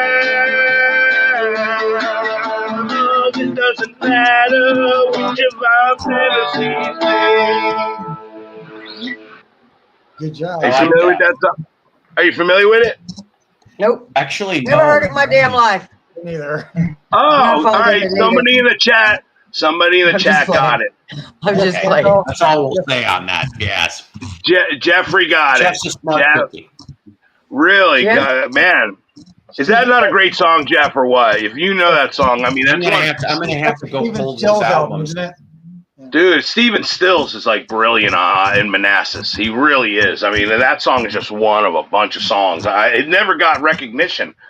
You see, that's the thing. This is why we collect, and this is why we listen, because this is a never-ending hobby. We have brought this up before. Loving music. You don't even have to like vinyl. Loving music is a never-ending hobby. And yep, even that Crosby, Stills, and Nash. Our house was a very, that's what made me think of it a little bit. Yeah, exactly, Jeff. Stephen Stills with Chris Hellman. Hot dogs. Because Eckridge used to have that commercial. Honestly, in some ways, I like Manassas even a little more than Crosby, Stills, and Nash. I'm not a big fan of David Crosby, honestly. I really, the guy just creeped me out. I don't know. Jeff, these two need to get back together and do another record. They're both should. still alive. Right. They're both still alive. You know, and you know what they could. Graham Nash and Roger McGuinn could guest star on the damn album too. That would be incredible. And on top of it, they should re-release it even, like make a new remaster of it, and let people know that it even exists. I didn't even know it existed. You're talking about songs that just pop into your head when you least expect it. Okay, that's why I got to learn them. Well, okay, so I remember though. I bought this when it was in the clearance rack, and it didn't take very long. Clearance? Yes, in clearance rack. Yes. So at a Rose Records in Chicago, if you Chicagoland people remember Rose Records, I miss Rose Records, but I used to know John. He was the owner of the location that I went to, and he put new stuff in the clearance rack, and he goes, "Hey, go take a look. I just put some stuff in there today." And I saw right off the bat, I'm like, Roger McGuinn's Back from Rio. A, produced by Tom Petty, but B, the song all you need is someone to love. Dude, I love that song. That jangly 12-string. I'm like going, oh God. Did you hear did you hear the duet that Roger McGuinn and Tom Petty did called King of the Hill? It's incredible. Yes. Incredible song. That was like a little minor hit. You know what I mean? I remember a video for it on MTV back in the late 80s, I think it was. And it was an incredible song. I thought it was just wonderful. You're right. And they came to Springfield, Missouri, and I really wish I could have seen them. I don't even know if that gig ever happened. I know there was something went wrong with somebody in that band at that time frame. So I don't know if they even performed. They had, as the backing band, it was Marty Stewart and the Superlatives. I don't remember. But that was who the backing band was for McGuinn and Hillman. For that tour, it was Marty Stewart. Right. And Marty Stewart's a really good, yeah. So all you need is someone But yeah, so back from Rio, if you guys don't have that mod, I don't know if they ever made a vinyl for that because I think that came out in 90 or 91. But yeah, Right. that's another album that I love the Byrds in the first place. And just to hear that whole album, I thought was really good. I thought that along with like Tom Petty's Full Moon Fever is one of the few perfect albums in my collection because every song on it I like. So yeah. Hey, do you want me to put on that movie? Ouch. I'm sorry. Do you want me to put on? Yeah. You know what? Can we hold off on home movie to Saturday? Because I'm about going to have to wind this up. Please. Sure. I want to see it then. Yeah, we'll show it. We'll show it on Saturday when I do the broadcast. What were you saying? I didn't say nothing. Oh, I thought you were saying something. Okay. If I was, I forgot. Well, yeah, now you sound like me. Really like Chris Hillman. See, and I need. Yeah, you're right. Roger should write one. I need to get Hillman's book. You know, it's really funny though for you because somehow we touched on Christian music. Saying that, Bob Seger, the one with Sunburst on it, I can listen to. That's my favorite. Listen all the way through album. You know, I know every word of it, and that's one of my. That's what y'all was discussing earlier. Listen all the way through. And Tesla. Yes, Tesla. Back when they were good. Now it's down to 2 members. It's almost tribute band. They're that shy of being a tribute band. Tesla. Another one left in the last couple of months due to health issues. So you're down to 2 people in that band. I didn't know that either. You should have warned me before you let that. Oh my God! I just crushed your world, ladies and gentlemen. Yeah, my grandbaby was born on Nikola Tesla's birthday. You know, wow. That's pretty cool. Before I mentioned this news, you know, her friend little Susie was on the up. Little Susie on the up. Song. What? You know what, there was a heavy metal band that redid. Wasn't Tesla or somebody redid that? Yes. Yeah, it is Tesla. I know Tesla. Yeah, from I thought so. Professor something. It's the original sucked. I hated that damn original Tesla. Tesla made it so much better. Yeah. You know, definitely. Because the original I love was remakes. actually on the first day of MTV too. And I was like, You love what, Shannon? I love remakes. You know, I'm willing to try it. Sometimes. You know, or covers. I'm willing to try it. But if it sucks, and I'll tell you, it sucked. Yeah, right. Most of my musical experience has been more intimate and close up with folks, you know, at live shows and connections that my mother-in-law in Austin had. And just, I seem to be sometimes at the right place at the right time. That's cool. Meeting and having, you know, experiences with famous people or being famous myself on occasion, you know. City Kid was the original name of Tesla. That's a long time ago. Yeah. Yeah. But Tesla was always one of those bands I really didn't pay any attention to when I was younger. But as I grew into a young woman, you know, it stuck with me. Yeah, you're not alone there. I didn't have any idea who Nikola Tesla was until much later. And then it was a synchronicity to me for my granddaughter to be born on Tesla's birthday. Finding about Tesla, and you know, it just kind of, whoa, man, it blows my mind. You know, my grandbaby's name is Aeon. That's like so Bill and Ted. And then an excellent side project from Tesla, Moondog Maine. If you guys don't know what that is, we'll have a discussion on that another day. I want to. Oh yes, and please and thank you for hanging on to that. I gotta talk. You know what? I gotta talk to you about. Yeah, Paul. I gotta talk to you about something too. Also. Good, bad, or indifferent. A mistake, shall we say? Mistake? Yeah. No. Did somebody say steak? steak? No. No, I I had think steak it's- yesterday. I had ribeye yesterday. That was delicious. Mistake. My mom just got dentures, and I've got 2 awesome ribeyes, No. but I just Oh. cannot bring myself to eat it in front of her. Oh, right. Got the dentures, and I said, "Gnaw the hell out of it, Mama! Gnaw the hell out of it." That's Right. what she said.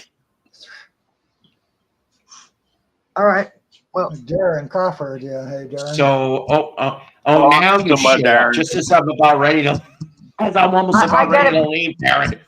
I got to take my mama some pudding and put away my paint stuff before it gets all nasty. You got some pudding for me? If you want to come get Yeah. it, Yeah, go. it's sugar free. I wish I had somebody offer me that. Boy. And I don't offer pudding to just anybody. Yeah, right. I hate being single. Well, you know you could fix that. You get to go to the Jersey Shore and go perform a lot. Yeah, but I'm not the type of the Jersey Shore girls. They don't like bearded guys. They like guys that look like they're on the Jersey Shore. Mellow groupies, and they're really like, yeah, you want a crackhead? I could get a crackhead. I could get a girl that's like an alcoholic, 10 kids, 500 pounds. Sure, yeah, I can get that. Sure, like most mentality. Oh, I can fix her. No, you can't, but you can have some fun trying. But so yeah, one of the things though, and I was going to mention, she uses bacon grease for tanning lotion. oh dear God. Yeah, right. But Jen, by the way, she tried to ignore a phone call, got kicked off because of trying to ignore it.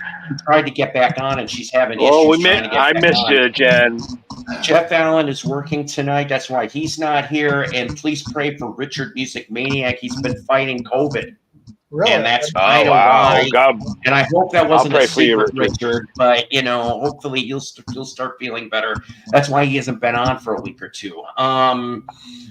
So don't get mad, Richard. I just was letting people pray for you. So because he needs a lot of prayers. Anyway, so the thing is, ask him if he needs for me to make him.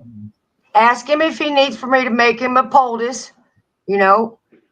Poultices work real good. Oh, what? There you go. A poultice. It's like plaster, but it's got herbs and stuff in it, and you rub it all over the affected part. I ain't never heard of a poultice. The affected part. Anyways, anytime I think about plasters, it reminds me of that Little Rascals episode with the mustard plaster, and then they rip that off, and there's another plaster underneath that. I honestly never heard of that myself. Grandma's got a first aid kit that's in a coffee can that we used to keep in her boat. Yes. It's like from the 40s. There's like 5 things in there that have been outlawed already. But it's got what's called a wound plaster. And it stuck to me so hard. It took me like several different kinds of solvent to get this bitch off. But that's what it said. Was wound plaster. Before Band-Aid was Band-Aid. You know what? Just put them in with all that bottle of whatever that can make the chemical thing for that 5 blocks. Just throw that in there, and it'll maybe make it 10 blocks instead. Next to a school, we'll be in trouble. Yeah, no kidding. We are not. This is all fantasy, people. Just fantasy. No cards or letters for this. Okay. But so. I sent Jen this because I tripped on this last night before I went to bed, and boy, did it hurt. No, I'm kidding. So, but for the longest time, there was a rumor that, and I love monkey stuff, so this is what I'm going to leave you with. The wonderful song As We Go Along, which is off of the Head soundtrack. Yeah, I said Head. But a great soundtrack. And I've never seen one of my you should. That's homework. That's homework for you. It's on YouTube or Tubi if you want to go watch it that way. That's homework for you, Dave. So the thing is that the song As We Go Along was originally written by Carole King, who, of course, I like her songwriting and I like her early solo songs. Well, for the longest time, there was an incomplete demo. Well, the whole demo has now been released. I don't know who had it, and I heard it, and it's such a beautiful, because she's the one that wrote it. That demo is beautiful, and Mickey pretty much took her vocal style. In fact, it could even be the instrumentation underneath the demo is what was used for the monkey recording. I'm not sure because it sounds very close. And it's just, but I could see that Mickey did his homework and he did it the same way that Carol did it. And it equaled the beauty. I mean, I love the monkeys anyway, but it's one of those. What is that noise I'm hearing? I'm hearing I don't know whose it is. It's not me. I can tell you that. Let me do a refrigerator running. But you better go catch it. I know. Let's take a jog around. Oh. Fucking with dogs down the street. It's Shanae. It's you supposedly. I love Carol. Not Shanae. Shanae is a black character played by Jamie Foxx. It's too late. We really did try to make it. Something inside has died and died. Yeah. And I just can't take it. Thanks to The Simpsons and Carole King, Jazzman, which is co-written by David Palmer, the original lead singer, Steely Dan. Oh. Here, I'll leave you with a little preview of what you're gonna see on. Okay, we like previews. Here's a little preview of the 1927 Boca Raton, Florida. Let me switch the camera over. Wait a minute. Okay. Here we are. 1 second. Me and you, Mello, we're the only ones that are transiting. We transit. This is Boca Raton, Florida. 1927. 27. Oh. Pre-stock market crash. I bet you in 29 people were. Never mind. Oh, look, it's great. Silas. Oh boy. Then you have.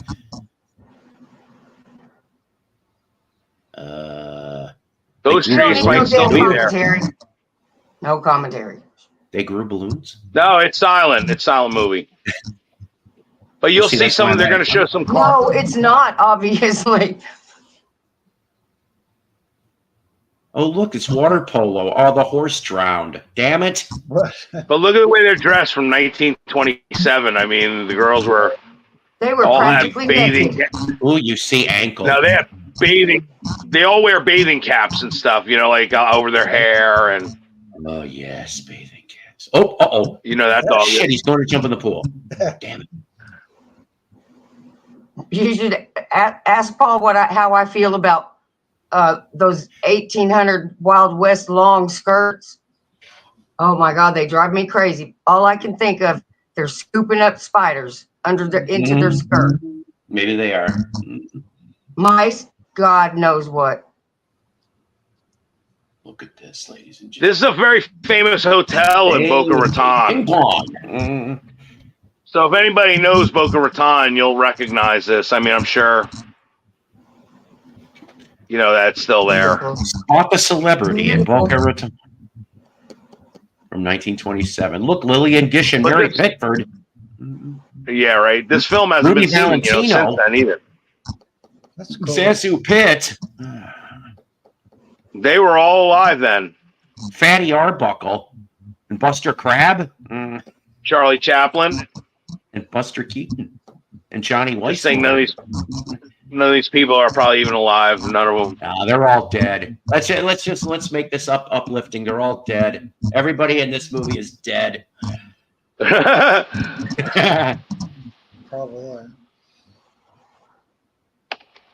Oh, look at that. Old. That's an old 1927 tow truck. Wow. Oh my! Look in there. Oh no! It's doing cementing or something. All over that palm tree. Well, look, the cat just shit on it. What the hell? Not a white inside.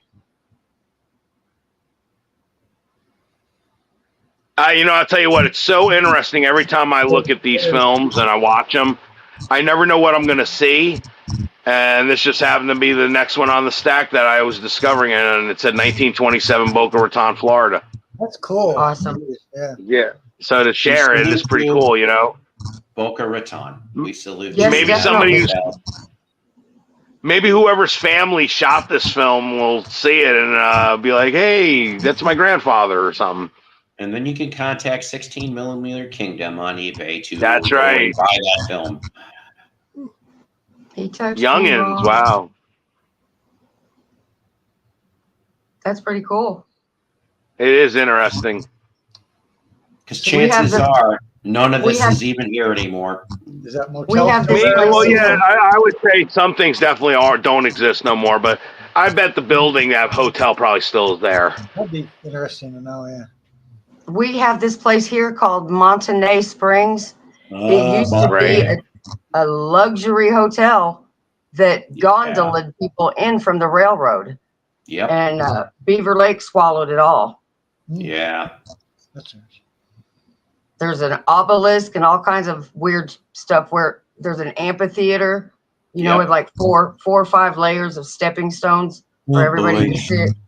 There's an obelisk with a time capsule in it under the lake, right about that area. True. All of it's true. So, yep.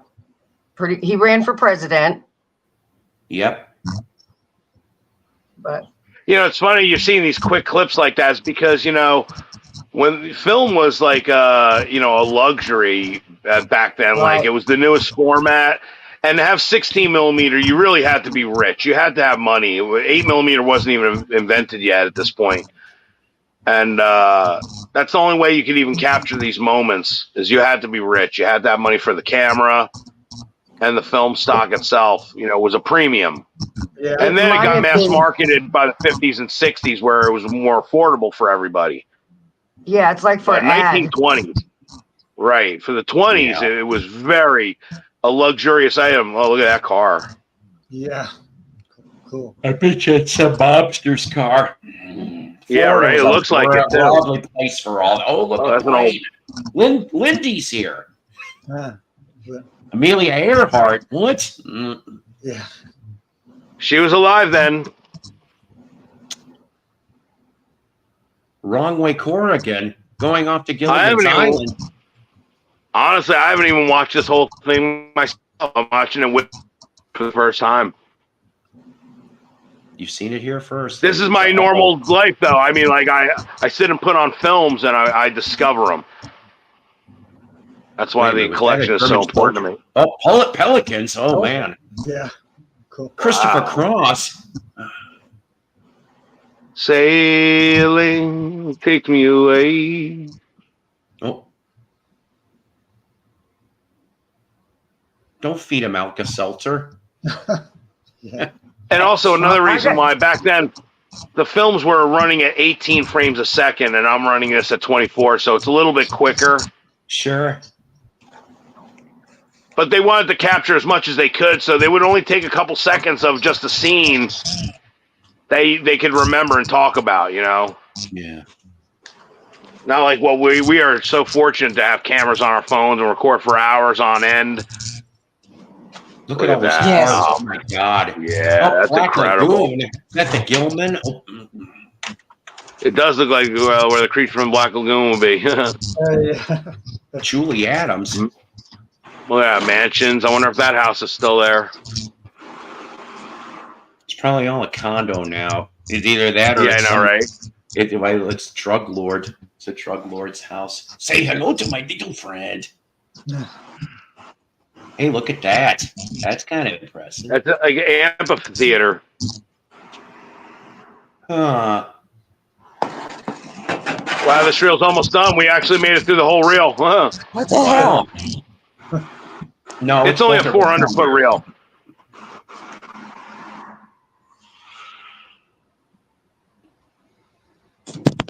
Oh, it's like a guard over. Oh, boy. Yeah. Ladies and gentlemen. That's it. The adventure. That's the end. Of Boca Raton. That was cool. Cool pop. A Psycho Platter exclusive, thanks to Melody. 16mm Kingdom. You could go get that film and other films. And why are you why are you saying what the hell? What? Did you find a big nose nugget? Because I was trying to find my nozzle, my good nozzle. Mm-hmm. Because I gotta clean my paint roller. Oh, so I was gonna say I got a nozzle, but I mean that kind of nozzle. Never mind. Oh my God. Never mind. Mm. I bet mine's more powerful a squirter than yours is. Oh my! Oh boy! I walked into that and slipped That on. You it. sure Yeah. did. We start sure talking did. about squirting now. I know you didn't. Like hear a what I said I walked into it and slipped on it. Yeah, this is Wasn't this there is gum one of called? those. This is one of There was those, gum you know, called squirters. just as good as Yes, a there was. power washer. Just From as Hubba strong as a Bubba. What were power they- washer. Oh my God! What was that Anyway. like? That aqua something? I forget what they were called. I don't know. Aquaman's favorite thing. Anyways. All right, guys. So we are almost at 3.5 hours. I'd like to thank all my people here on panel, and of course, everybody else that's gone. Unfortunately, Jen and Mason, and I can't remember if there's anybody else I forgot. I'm sorry if I did. I have great people here. I think we had up to 27 people at one point or another here, guys. Once again, please like and subscribe to stay in the know. If you feel like donating, click on that triple button there to do that, and all the money will go to future episodes for me and the crew, and future Jukebox from Helen, et cetera, et cetera, et cetera. And who knows, you can see more fun films all the way here too. Always powered by coffee each and every time. Like I said, we will be back here on Saturday. I don't know when yet. Once again, I'm sorry about no interview today. We will push that till probably early 2025. October, we're already getting one setting up, but I'm not going to tell you who it is yet. Some of you people probably already know. I will. Shut I up. will. As soon as he leaves. And just everybody take care. God bless. Rock on. And I don't know who's God doing bless the cheap thing everybody. right now. Yeah, you Go too. to whoever it is next and mention that I sent you there.